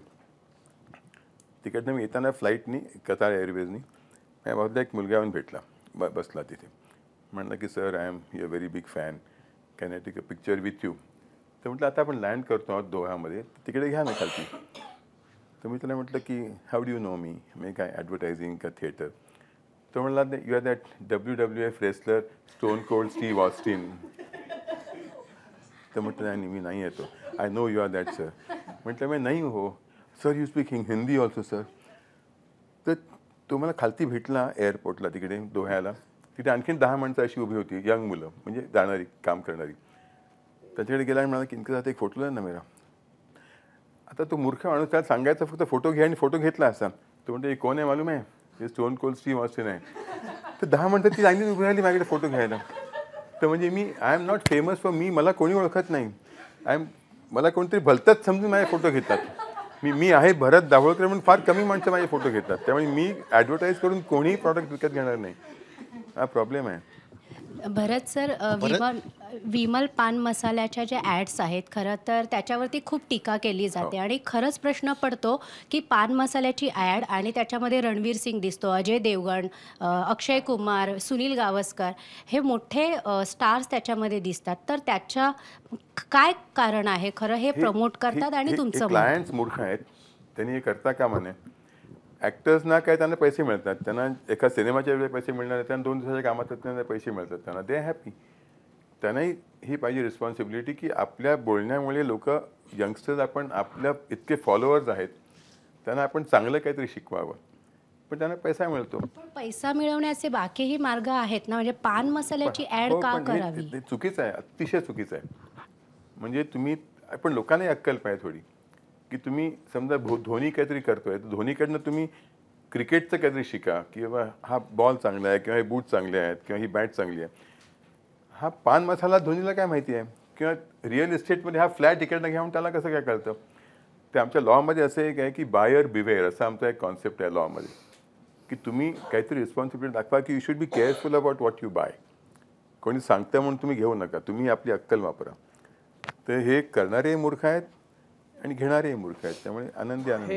हे म्हणजे जाहिरातीच्या क्षेत्रामधली तुमची वाटचाल जेव्हा सुरू होती तेव्हा नाटकांच्याकडं आपण जावं, म्हणजे नाटक करावं. तुम्ही शाळेत असताना वगैरे नाटकमध्ये करायचा? मी एकदाच एक महाभारतामध्ये काम केलेलं भीमाचं. त्यात फक्त मला गदा उचलता येते म्हणून मला त्यांनी काम दिलं होतं, आणि बाकी मला आणखीन काही त्यात माझं ॲक्टिंग टॅलेंट नव्हतं.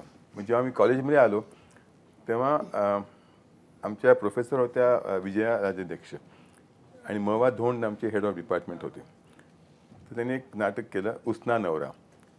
तर त्याची आम्ही रिहर्सल मला त्यांनी घेतला त्याच्यामध्ये उसना नवरा. तेच म्हणजे 145 मुली आणि 3 मुलं. हां, आणि त्यातलं मराठी बोलणारे मी एक, म्हणून त्याने मला घेतलं नाटकामध्ये. आणि आम्ही धोंड सरांच्या खोलीमध्ये आम्ही रिहर्सल करायचो. त्यांच्या पार्टिशनच्या पाठी ते बसायचे आणि आम्ही रिहर्सल करायचो. तर आम्ही 4-1 दिवस रिहर्सल केली. म्हणजे धोंड सर म्हणाले तो कोण काम करतोय मुलगा उसना नवऱ्याचं. म्हणजे भरत दाभोळकर. अतिशय घाणेरडं करतो, त्याला काढून टाका. त्याने मला काढला नाटकातनं. तर म्हटलं आता मी परत कधीही नाटकात मराठी नाटकात काम करणार नाही. म्हणून मी डान्स करायला लागलो, आणि मी 2 वर्ष यूथ फेस्टिवल ट्रॉफी जिंकली डान्समध्ये, मॉडर्न बॅले आणि स्पॅनिश जिप्सी डान्स करून. पण परत कधी मी गेलो नाही मराठी. कुठे शिकलात तुम्ही? हां, हे कुठे शिकलात? एक सुंदर मुलगी होती शिकवायची. पण तुम्ही असं ठरवून की आता आपण नाटक नाही करायचं, आता डान्स करायचा आणि डान्स शिकायचा असं म्हणत म्हणजे मराठी काही करायचं नाही आता, नाटक बिटक आपण दुसरं काय करता येतं. तर मी इकडे डान्सची प्रॅक्टिस चालू आहे, म्हटलं मी करतो डान्स. आम्ही 4 मुलं होतो, 4 मुली होत्या पारशी, आणि आम्ही एक ग्रुप केला. आणि आमची एक ती कोरिओग्राफर होती, ती म्हणजे मिस बॉम्बे वगैरे होती, आणि तिने आम्हाला शिकवलं मॉडर्न बॅले, आणि आम्ही जिंकलो यूथ फेस्टिवल ट्रॉफी. म्हणजे ऑल कॉलेजेस पार्टिसिपेट. पुढच्या वर्षी आम्ही स्पॅनिश जिप्सी डान्स केला, तोही आम्ही जिंकलो.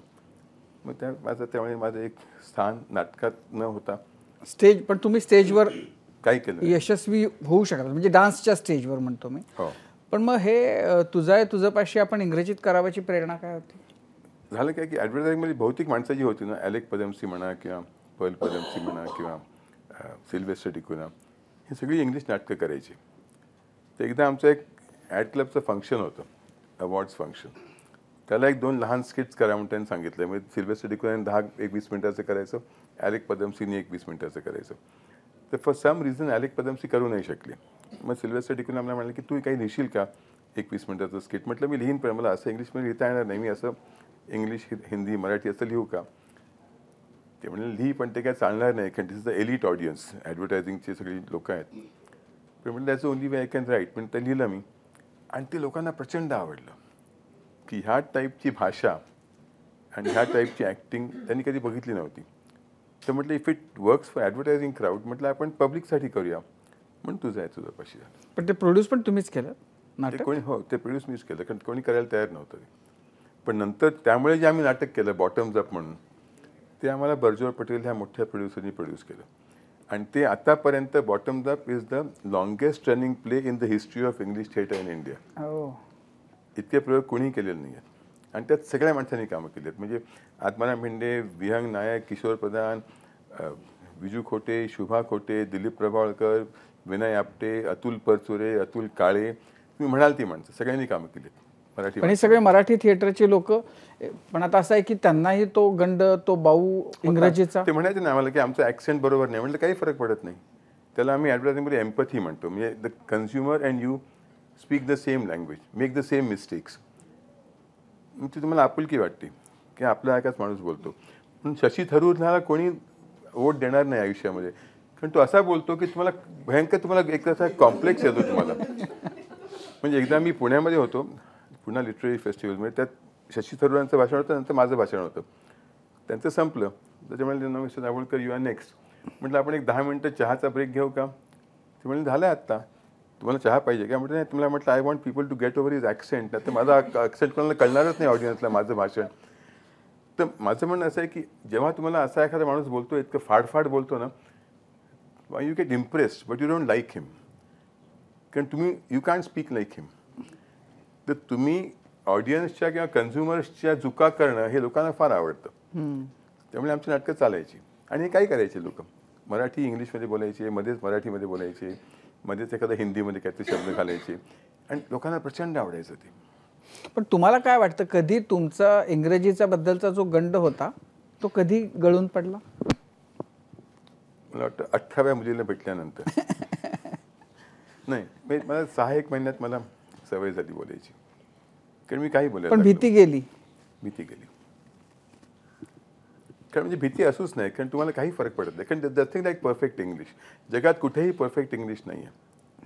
इवन इंग्लंडमध्ये तुम्हाला कॉकनी ॲक्सेंट आहे, तुम्हाला आयरिश ॲक्सेंट आहे, तर कोणी परफेक्ट इंग्लिश कोणी बोलत नाही. प्रत्येक आपल्या हेलामध्ये बोलतो, आपल्या मातृभाषेतले शब्द आपण बोलतो. त्यामुळे तुम्ही अगदी ह्यानी बोललात ना कॉन्फिडेंटली, काही फरक पडत नाही. बरं, जी तुम्ही आता बॉटम्स अपचा उल्लेख केला, काही महिन्यापूर्वी बोलताना तुम्ही सांगितलं की बॉटम्स अप तुम्ही पुन्हा रंगमंचावर आणण्याच्या तयारीत आहात, तर त्याची तयारी कुठवर आली आणि ते कधीपर्यंत येईल याची अपेक्षा आहे? त्यात प्रॉब्लेम काय झाला आहे माझा ना, की माझे जे पूर्वीचे कलाकार होते, म्हणजे आत्माराम भिंडे म्हटलं किंवा दिलीप म्हणा किंवा किशोर प्रधान, विजू खोटे, विहंग नायक, ते लेवलचे ॲक्टर्स मला आता मिळत नाही आहेत. ती कमिटमेंट असणारे ॲक्टर की आम्ही नाटक करूया आपण. आता मी नवीन जेव्हा माणसं घेतो ना, कदाचित माझी ओळख नसेल इतक्या ॲक्टर्सची म्हणून, पण त्या लेवलचे मला ॲक्टर्स, कारण माझं प्रत्येक आठवड्याला मी नाटक बदलायचो. म्हणजे प्रत्येक माझा शो वेगळा असायचा. त्यात मी टॉपिकल गोष्टी लिहायचो आणि त्यांना पटकन रिहर्स करून त्यांना करायला लागायचं. तशी करणारी माणसं आता तेवढी कमिटमेंट असणारी किंवा टाईम देणारी माणसं मिळत नाहीत मला. म्हणून मी बॉटम्स अप सध्या करत नाही. मी सध्या करतो आहे, मी नथुराम गोडसे बोलतो आहे इंग्लिशमध्ये करतो आहे. ते लिहून झालं आहे माझं, त्याचे आम्ही वाचन पण चालू केलं आहे. बहुतेक आम्ही 2-1 महिन्यात आम्ही लॉन्च करू ते मोठ्या प्रमाणात. म्हणजे अगदी फाशी देऊन दाखवू आम्ही.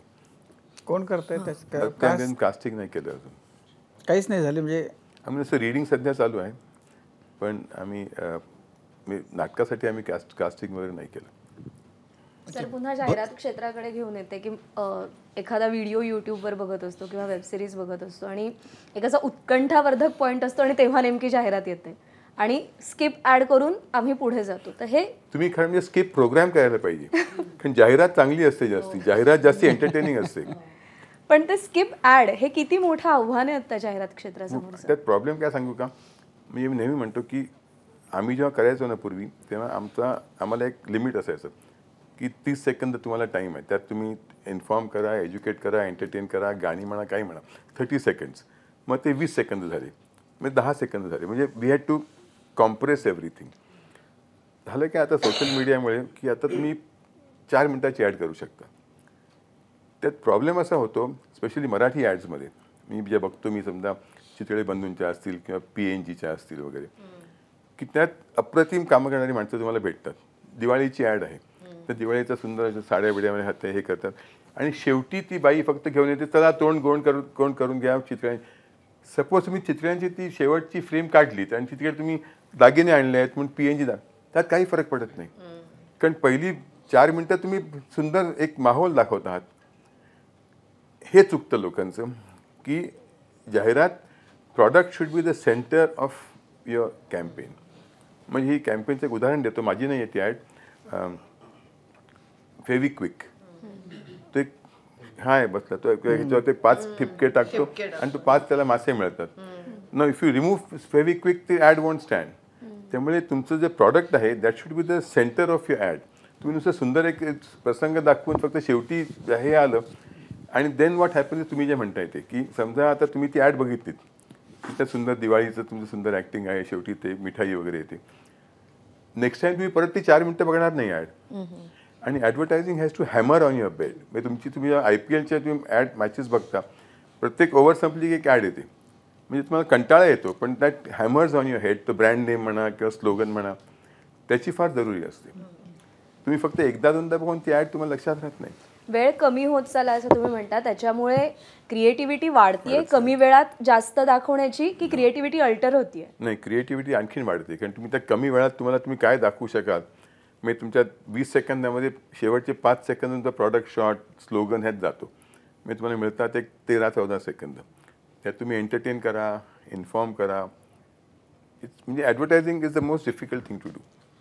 थिएटर वगैरे सोपं आहे, सिनेमा तरी फारच सोपं आहे. नाही, हाच प्रश्न विचारायचा होता की हे जे जाहिरात जगातली स्पर्धा कशी असते. म्हणजे तुम्ही आत्ता एका फेविक्विकच्या प्रचंड ॲड, स्पर्धा. हां, आणि ती म्हणजे ती कशी कोप करता, आणि एखादं तुमच्या रायव्हलचं काम जे तुम्हाला वाटलं की ते खूप छान आहे आणि आपल्याला का नाही सुचलं, असं काही? अच्छा, खूप असतात ॲड्स.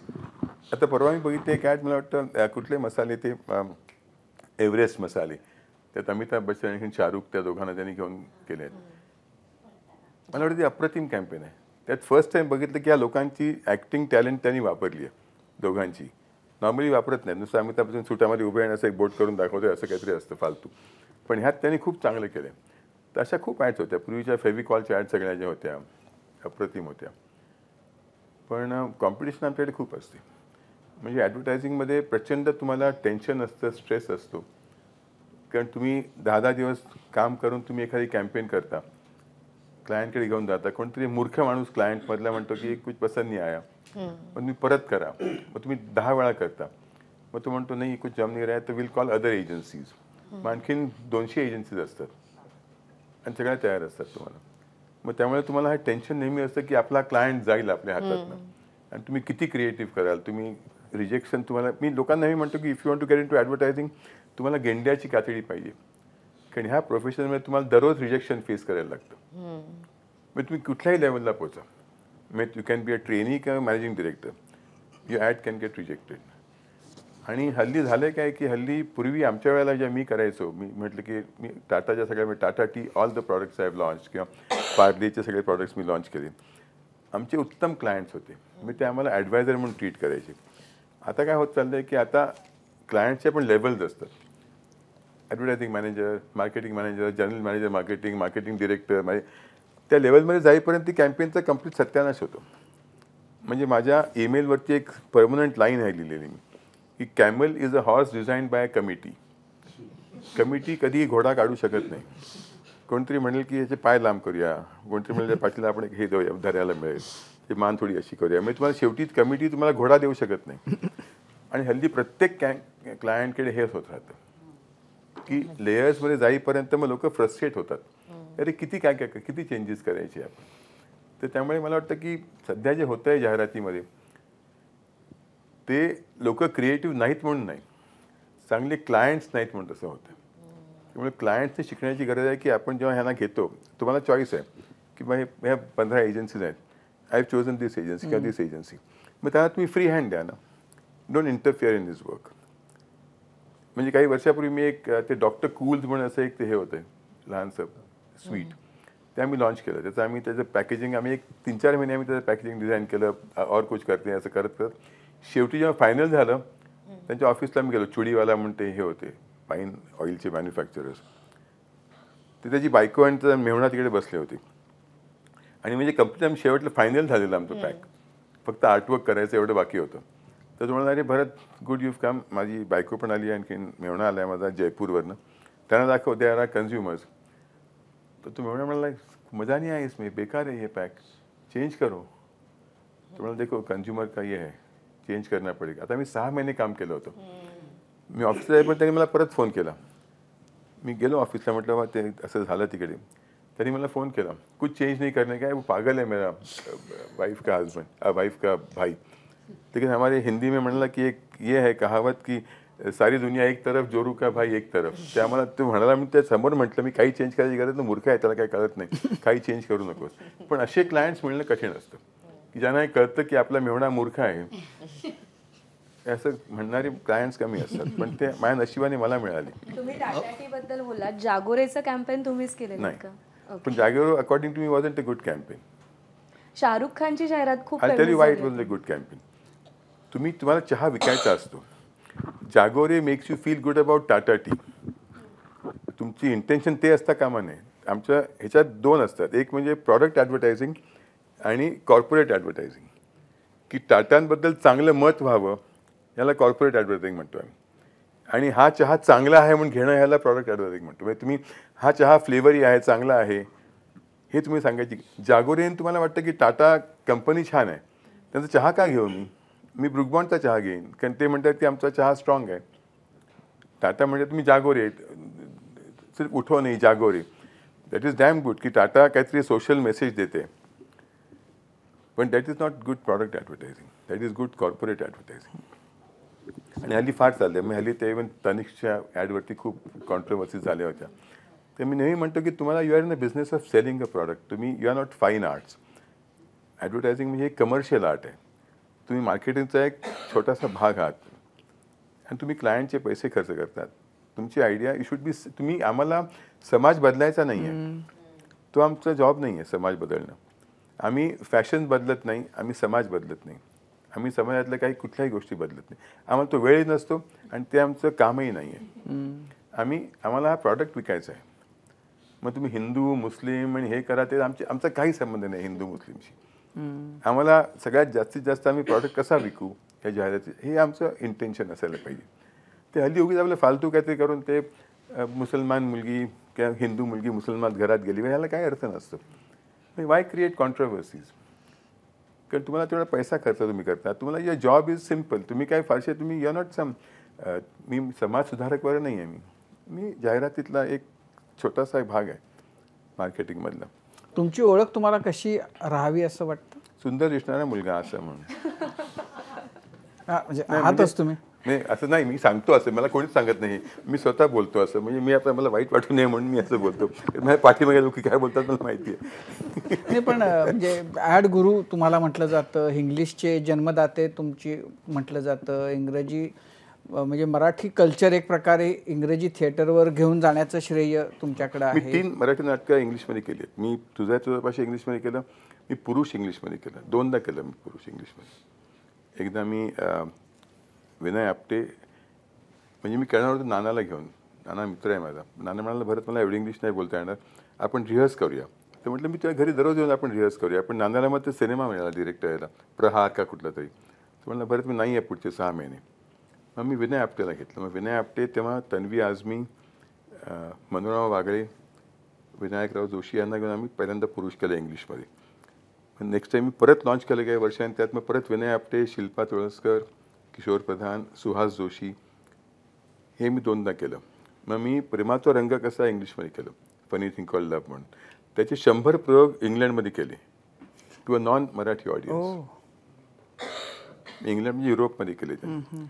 ती 3 नाटकं मी मराठीमध्ये इंग्लिशमध्ये केली. मी 3 नाटकं बालनाट्य रामदास पाध्येसाठी केली. आणि त्यात आम्ही जगातलं म्हणजे भारतातलं सगळ्यात मोठं बालनाट्य आम्ही केलं, फॅन्टाझिया फॅन्टास्टिक म्हणून, जे मी लिहिलं आणखी डिरेक्ट केलं. पण त्यात माझा म्हणजे हातभाग 10%. कारण रामदास हा जिनियस आहे माणूस, तो काही करू शकतो. म्हणजे ते अख्खं अंडर वॉटर आम्ही हे लिहिलं की त्यात 300 बाहुल्या होत्या. म्हणजे पडदा उघडला की तो कम्प्लीट अंडर वॉटर सीन होता की त्यात एक मरमेड आहे, त्यात मासे फिरतायत, त्यात एक राजपुत्र येऊन पडतो आतमध्ये, मग त्यात एक 10 फुटाची ऑक्टोपस विच आहे, त्यात एक 2 तोंडाचा ड्रॅगन आहे, त्यात एक 20 फुटाचा साप आहे, त्या डोक्यावर एक मणी आहे. असं मी काही लिहायचो. आणि तो लिहायला सोपं असतं एका मिनिटात. तो रामदास करायचा सगळं हे, आणि त्यात कोणी बोलत नव्हतं.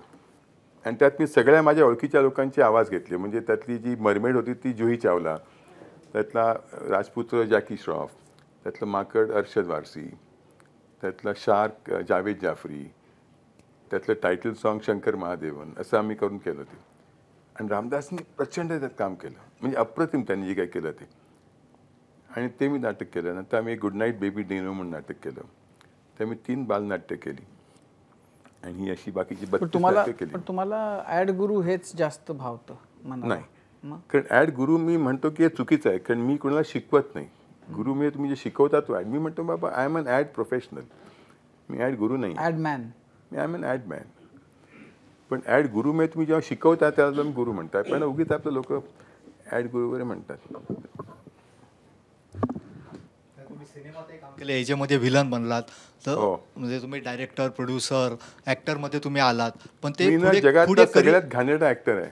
माझ्या नाटकात मी कधी मला स्वतःला मोठा रोल घेत नाही, मी जी राईट अँड डिरेक्टर होते.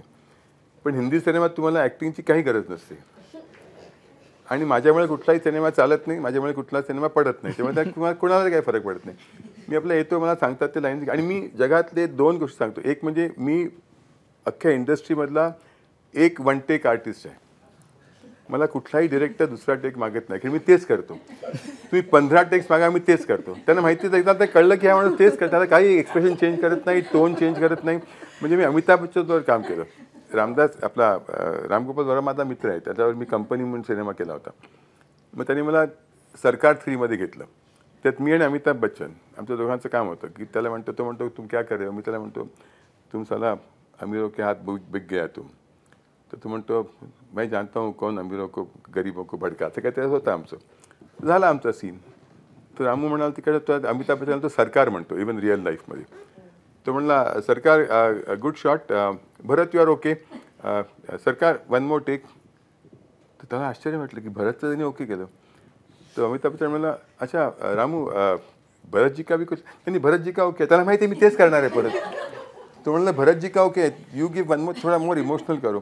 त्याला प्रचंड वाईट वाटलं अमिताभ बच्चनला की माझ्यासमोर हा माणूस एका टेकमध्ये ओके झाला, मला 3 टेक करायला लागले. तो मला म्हणला भरतजी एक रिक्वेस्ट है आपको, म्हणाला की मैं जो बोलता हूँ ना मैं जानता हूँ कौन भड़काता है गरीबों को, तर कॅन यू से मतलब मैं, हे काय स्क्रिप्टमध्ये नव्हतं, फक्त मला टेक करावा लागावा म्हणून त्या अमिताभ बच्चननी मला एक दुसरा टेक करावा लागला. मी त्याला म्हटलं बरं तू बच्चन सांगतोय मी करायला लागलं. मला म्हटलं अच्छा आपका मतलब आहे मैं, मग तो खुश झाला की ह्याला पण दुसरा टेक. सर याच अनुषंगाने एक विचारायचं होतं, तुम्ही स्वतःवर इतक्या सहज विनोद करताय आणि ही कला पुलंकडून हे झाली का? कारण पुलं म्हणायचे की ही हा ब्रिटिशांचा गुण आहे की स्वतःवर हलके नर्म विनोद करता आला पाहिजे, तर हे पुलंकडून तुमच्याकडे आलं का?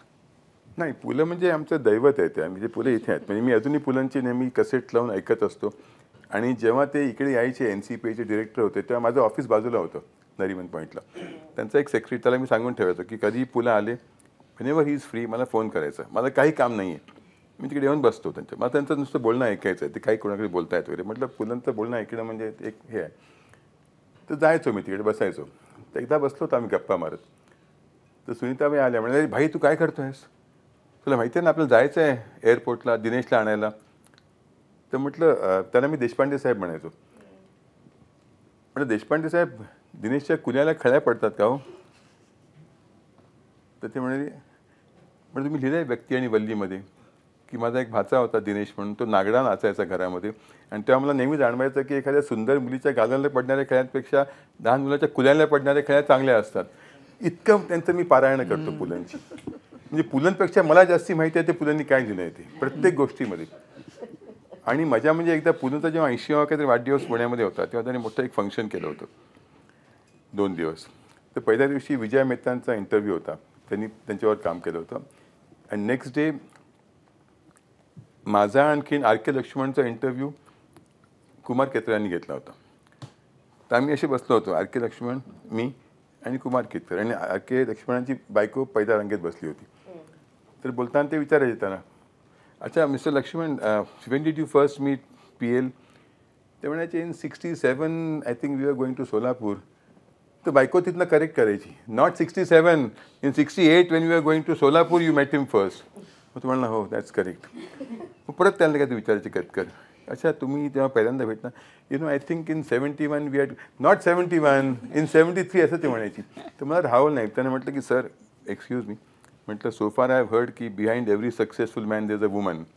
दिस is the first time I am seeing की in front of a successful man there is a woman who is correcting him. तर ते म्हणाले हो खरं आहे, ती मला नेहमी करेक्ट करते, ती बरोबर आहे, तिला सगळं माहिती असतं. पण अशी आम्ही खूप मजा करायचो. पण पुलंमध्ये म्हणजे माझा खूप संबंध आला पुलंशी त्यानंतर, नाटकानंतर. आणि तो अप्रतिम माणूस होता. म्हणजे ह्या लेवलचा माणूस मी, ह्या इतकं चौफेर ज्ञान असलेला माणूस मी कधी भेटलो नाही. त्यांच्या घरी एकदा मी पुण्याला गेलो होतो, तेव्हा ते आतमध्ये होते. तर तुम्ही तेव्हा म्हणाले काय काम होतं का रे, भाई बिझी आहेत, काही माणसं आली आहेत.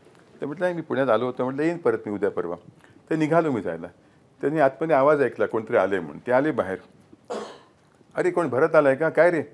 म्हटलं काय नाही, आलो होतो, एक पुण्यात होतो मी. नाही का तुमचं काम? अरे काही नाही रे, ये आतमध्ये, इथं माणसं गाणी गुणगुणत बसली आहेत, काही काम करत नाही होता मी. ते मला आतमध्ये घेऊन गेले. 2 माणसं गाणी गुणगुणत बसली आहेत, म्हणजे भीमसेन जोशी आणि वामनराव देशपांडे, वसंतराव देशपांडे. ते तिकडे बसले आणि ही 2 गाणी गुणगुणत आहेत रे. तर म्हटलं ह्या माणसाची ही लेवल आहे की जे काही फारसं नाही, गाणी गुणगुणत बसली आहेत म्हणजे माणसं भीमसेन जोशी, आणि हे त्याच्याबद्दल आपण काय बोलायचं. ती म्हणजे पर्वणी असे अशा माणसांना भेटणं. म्हणजे माझे 2 माझे आदर्श होते आयुष्यामध्ये, एक पु ल देशपांडे, एक दारासिंग. म्हणजे मी म्हणतो की पु ल Deshpande is Dara Singh of humour आणि दारासिंग इज पु ल देशपांडे ऑफ रेसलिंग, असं मी म्हणतो. नाही पण मला ते त्याच्याबद्दलही कुतूहल आहे खरं तर, की तुमच्या सगळ्या आवडीच्या याच्यामध्ये बाकी सगळं तर ठीक आहे, एकदम दारासिंग कसं काय? मी ना 2 वर्ष कॉलेजमध्ये I use to represent Elphinstone college, आणखीन युनिव्हर्सिटी इन बॉक्सिंग वेल्टर वेटमध्ये. आणि नंतर मी रेसलिंग शिकायला गेलो. समर्थ मला वाटतं व्यायाम मंदिर ते शिवाजी पार्कला होतं, घरी न सांगता. तर आईला मला कळलं की माझ्या कपड्यावरती काही लाल डाग वगैरे असतात दररोज. ती म्हणजे तुला लाल मातीचे डाग कुठनं पडतात, तर त्या रेसलिंगमध्ये पडायचे. मग तिने मला काढला तिकडनं. पण मला प्रचंड आवड आहे रेसलिंगची. म्हणजे मी सगळे कुठेही जाऊन रेसलिंग बघत. मी श्रीपती खंचे, मराठी पण, म्हणजे not free style, Shripati Khanchanale, Maruti Vadar, Maruti Mane, हे सगळी माणसं होती ना, सतपाल सिंग, सगळ्यांच्या मी जाऊन बघायचो रेसलिंग. आणि दारासिंगच्या मी प्रत्येक वेळेला जाऊन 3 रुपयात जाऊन दर बुधवारी आणि शनिवारी वल्लभभाई पटेल स्टेडियमवर रेसलिंग बघायचो मी. आणि त्याची ओळख नव्हती माझी. कित्येक वर्षांनी आमची एक फिल्म करायची होती मला, न्यूट्रामुलची. त्यात मला दारासिंग आणि जुगल हंसराजी पाहिजे होते. तर मी प्रोड्युसरला म्हटलं की बाबा I will go and pickup Dara Singh. पण नाही तुम्ही, आपण या इकडे, आपण चेंबूरला शूट करतो, आम्ही त्याला घेऊन येतो. म्हटलं नाही, मी त्या घरी जाऊन त्याला मला आणायचं आहे. तर मी त्याला पिकअप केलं दारासिंगला आणि म्हटलं सर मैं आपका बहुत बड़ा फॅन हूँ. त्याचं काही ते ऐकतात नाही, मी त्यांना काही सवय असते. मी त्यांना प्रत्येक वर्षी त्यांना सांगितलं की सर आपने 67 में लू थेस के साथ फाइट की थी, आपके पैर को लगा था. फिर 69 में आपने स्काई हाई ली से फाइट. तो इतना इम्प्रेस झाला. तो म्हणला आपने देखी है सारी फाइट? म्हटलं हाँ सब मैंने फाइट देखी है. तो म्हणला आप टिकट लेके देखते हो? म्हटलं हाँ. तो म्हणला एक मत करो, टिकट मत लो, मैं आपको पास देता हूँ. मग त्यांनी मला रिंग साईडचा पास दिला. मी 2दा गेलो मी तिकडे. पण रिंग साईडमध्ये सोफिस्टिकेटेड माणसं असतात. ते म्हणतात दिस इज नॉट ट्रू यार, हे सर फालतू आहे, इज ऑल मेड. ते मला आवडत नाही. मला तिकडे काय मजा येते तिकडे बसून. अरे क्या देख अपना भारत माँ की लाज रख रहा है वो आदमी, वो गोरे को मारेगा. ते ट्रकवाले वगैरे असतात तिकडे. तर म्हटलं sir can you give me a pass for 3 rupees? तो म्हणलं नाही तसा पास नसतो आमच्याकडे, हाच फक्त पास असतो. म्हटलं मी ठीक आहे, मी पैसे काढून जाईन मी. पण तिकडे माणसांना खरं वाटतं ते सगळं. ते ट्रकवाले, टॅक्सीवाले असतात ना, देखो उसके भाई को मारा था ना वो गोरे ने, अभी देख नेक्स्ट संडे उसको बराबर उसका बदला लेगा वो दाराजी. असं करून ते बरं वाटतं ते. आणि आम्हाला सगळं माहिती होतं की त्यांचा डेथ लॉक असायचा दारासिंगचा. मग तो शेवटी आपल्या ऑपोनंटला खालती पाडून फक्त पायाने तो असा एक पायात त्याच्या काहीतरी घालायचा असं, आणि त्यांना उठता येत नव्हतं. That was called दारासिंग्स death lock. तर तो त्यांनी सुरू केलं की आम्हाला कळायचं की आता हा डेथ लॉक आहे. आम्ही घेऊन जायला लागायचो बाहेर की आता संपली फाईट. म्हणजे इतकी त्याची मी दारा सिंगचा I am one of his biggest fans. आणि मग आमची खूप मैत्री झाली. त्यांच्या प्रत्येक वाढदिवसाला मी जायचो. Even when he passed away, फक्त एका माणसासाठी मी स्मशानामध्ये गेलो, म्हणजे बॉलिवूडच्या वगैरे याच्यामध्ये, की दारा सिंगच्या ह्याला. आणि तिकडे मी उभा होतो स्मशानामध्ये. तेव्हा मला एक माणूस भेटला, म्हणाला की अभी बॉडी आ रही है, आप रुकने वाले हैं. मतलब मैं बड़ा फ़ैन हूँ. तो म्हटला दारा जी के साथ हमने एक सीरियल की थी, रामायण, नहीं महाभारत. तो उसमें दारा जी का हनुमान का रोल था एक ही एपिसोड में. और तो प्रवीण कुमार मला वाटतं, तो त्यातला भीम होता तिकडे. तर भीमाला खूप गर्व होतो, आणखीन तो जात असतो आणि कृष्ण म्हणतो की जाऊन कुठेतरी फूल घेऊन ये. आणि वाटेत तो हनुमान असा शेपटी आपली करून बसलेला असतो आणि तो म्हणतो ये बंदर, ये पूछ हटाव. तो म्हणतो मैं बूढ़ा हूँ, मुझसे होता नहीं है, आप ही हटाव. त्याला उचलता येत नाही. तर मला डायलॉग असा होता की त्याला उचलता येत नाही प्रवीण कुमारला, आणि तो हलवतोय. आणि असं होतं त्याला कळतं की हा हनुमान आहे. तर म्हणलं हिंदी में डायलॉग ये था की तो नमस्कार करतो आणि म्हणतो की अब मुझे अनुमान हुआ कि आप हनुमान है. तो पंजाबी. तो म्हणाला अब मुझे अनुमान हुआ कि आप हनुमान है. तो हनुमान आणि हनुमानला फरक कळायचा नाही. तो म्हणला आम्ही 15 टेक्स केले. नहीं ऐसा नहीं है, अब मुझे अनुमान हुआ कि आप हनुमान है. मैं वही बोल रहा हूँ ना सर, आप अनुमान हुआ कि आप हनुमान है. तर तुम्हाला आम्हाला शेवटी कळलं की नाही तरी अख्ख्या इंडियाला वाटतं की दारास आपला भीम आणखीन हनुमान दोघंही पंजाबी होते, त्यामुळे त्यांना काही फरक पडत नाही, आपण ठेवूया जो आहे तो टेक. तर अशी मजा व्हायची. पण माझा त्यांच्याशी खूप जवळचा संबंध आला दारा सिंगशी. याच्याबरोबर ना तुम्ही ते तुमच्या गाड्या फार भन्नाट असतात, वेगवेगळ्या मेकच्या तुमच्या गाड्या वगैरे, तो काय शौक आहे? आणि तुम्ही ते रिक्षा वगैरे पण घेतली होती एकदा? आहे माझ्याकडे रिक्षा आहे अजून? हो. मी आता ती काढायला देत नाहीत मला. आता मी नवीन रिक्षा घेतली, ती इलेक्ट्रिक रिक्षा ते सांगतो तुम्हाला किस्सा. मी ना जुन्या गाड्या घेतो आणि त्याला डिझाईन करतो. मी त्याला काही करतो. आता मी कितपत बोलू शकत नाही, तुम्ही एडिट करायला पाहिजे. माझ्याकडे एक मित्सुबिशी स्पोर्ट्स गाडी होती, जुनी घेतलेली मी ती, म्हणजे सेकंड हँड घेतली होती मी. नंतर मला आठवलं की तिला आपण काहीतरी करूया. तर मी दुबईवरनं ना ती एक टोयोटा सेरा म्हणून गाडी आहे, तिचे दरवाजे असे उघडतात. तर मी दुबईमधल्या जंक यार्डमधनं ते दरवाजे आणले स्वस्तामध्ये, 15,000 रुपयात काहीतरी. आणि दिलीप छाबरे माझा मित्र होता, त्याला म्हटलं एक काम कर, मी तुला डिझाईन देतो, पार्ट्स देतो, फक्त म्हणजे हे वरनं कापायची गाडी कंप्लीट आणि त्याला हे असे दरवाजे लावायचे. त्यांनी ते दरवाजे लावले. मग काही वर्षांनी त्याचं इंजिन खराब झालं आणि मुंबईत फक्त एकच गाडी होती. तर तो काय म्हणाला की सर इसका पार्ट मिळता नाही आहे की, जर उसका हम इंजिन बदल देते. आणि होंडाचं इंजिन लावलं. तर आता खालची गाडी मित्सुबिशी आहे, वरची गाडी टोयोटा आहे आणि इंजिन होंडा आहे. तर मला हौस आहे पहिल्यापासून की मी जीप घेतो, त्याला मोठे टायर लावतो आणि हे करतो. आणि आता माझ्याकडे एक मोठी 26 वर्ष माझ्याकडे गाडी आहे, टोयोटा गाडी, टोयोटा हायलक्स सर्फ म्हणून. ती अशी उंच आहे फार गाडी, म्हणजे तिला अशी मोठे टायर आहेत. तर मला म्हणतात ती कोणती गाडी आहे? म्हटलं टोयोटा आहे. तो ऐसा कैसा आहे टोयोटा? म्हटलं स्टेरॉइड्स पे आहे. तर मी त्याला मग असं एक स्टिकर करून लावलं, टोयोटा ऑन स्टेरॉइड्स म्हणून. ते त्याला दोन्ही बाजूला स्टिकर आहे. मग माझ्याकडे कॉलेजमध्ये असताना एक मोटरसायकल होती बुलेट 350. तर म्हटलं आता परत मी ह्याच्यात असताना एजन्सीमध्ये म्हटलं आपण एक बुलेट घेऊया परत. म्हटलं मग प्रॉब्लेम काय की बुलेट घेतली की मग तुमचा लॅपटॉप असतो, काही 4 माणसं मिटिंगला असतात, मग ते इट्स नॉट कन्व्हिनियंट. तर म्हटलं आपण रिक्षा घेऊया. तर तेव्हा 14 वर्षापूर्वी बजाज रिक्षाची किंमत, बेसिक रिक्षा म्हणजे त्याला हुड वगैरे काही नाही, त्याची किंमत काहीतरी 1.25 लाख रुपये वगैरे होती. तर म्हटलं एवढा काय पैसा खर्च नाही करायचा. तर मी पॉयसर बस डेपोला त्याच्या बाजूला एक सेकंड हँड रिक्षा डीलर पकडला, बाबूबाई म्हणून. त्याच्याकडनं मी एक बजाज सेकंड हँड रिक्षा 17,000 रुपयाला घेतली. त्याला मी वरचं उघडलं, त्याला एक ॲक्रिलिक टॉप लावला. त्याला मी एक मारुतीची एक सीट आणली चोर बाजारामध्ये, त्याला मी सीट लावली. त्याला सिल्वर कलर लावला. आणि माझं घर तेव्हा तिकडे वळलेलं होतं.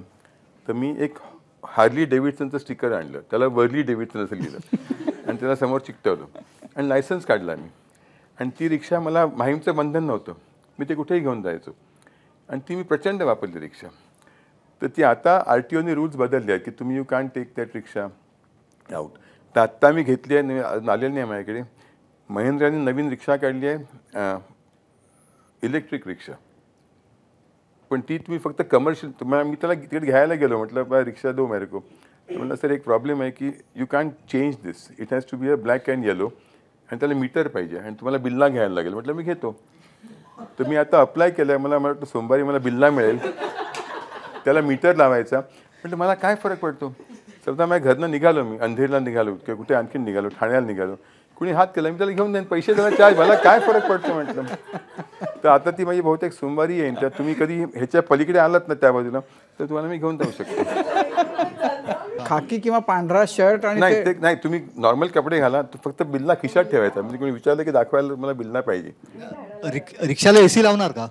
नाही, ओपन ठेवायची ती. माझी पहिली पण रिक्षा ओपनच आहे आणि ती छान आहे रिक्षा, आईस्पाईस आहे, इलेक्ट्रिक आहे, आवाज येत नाही, एकदा चार्ज केली की 130 किलोमीटर जाते.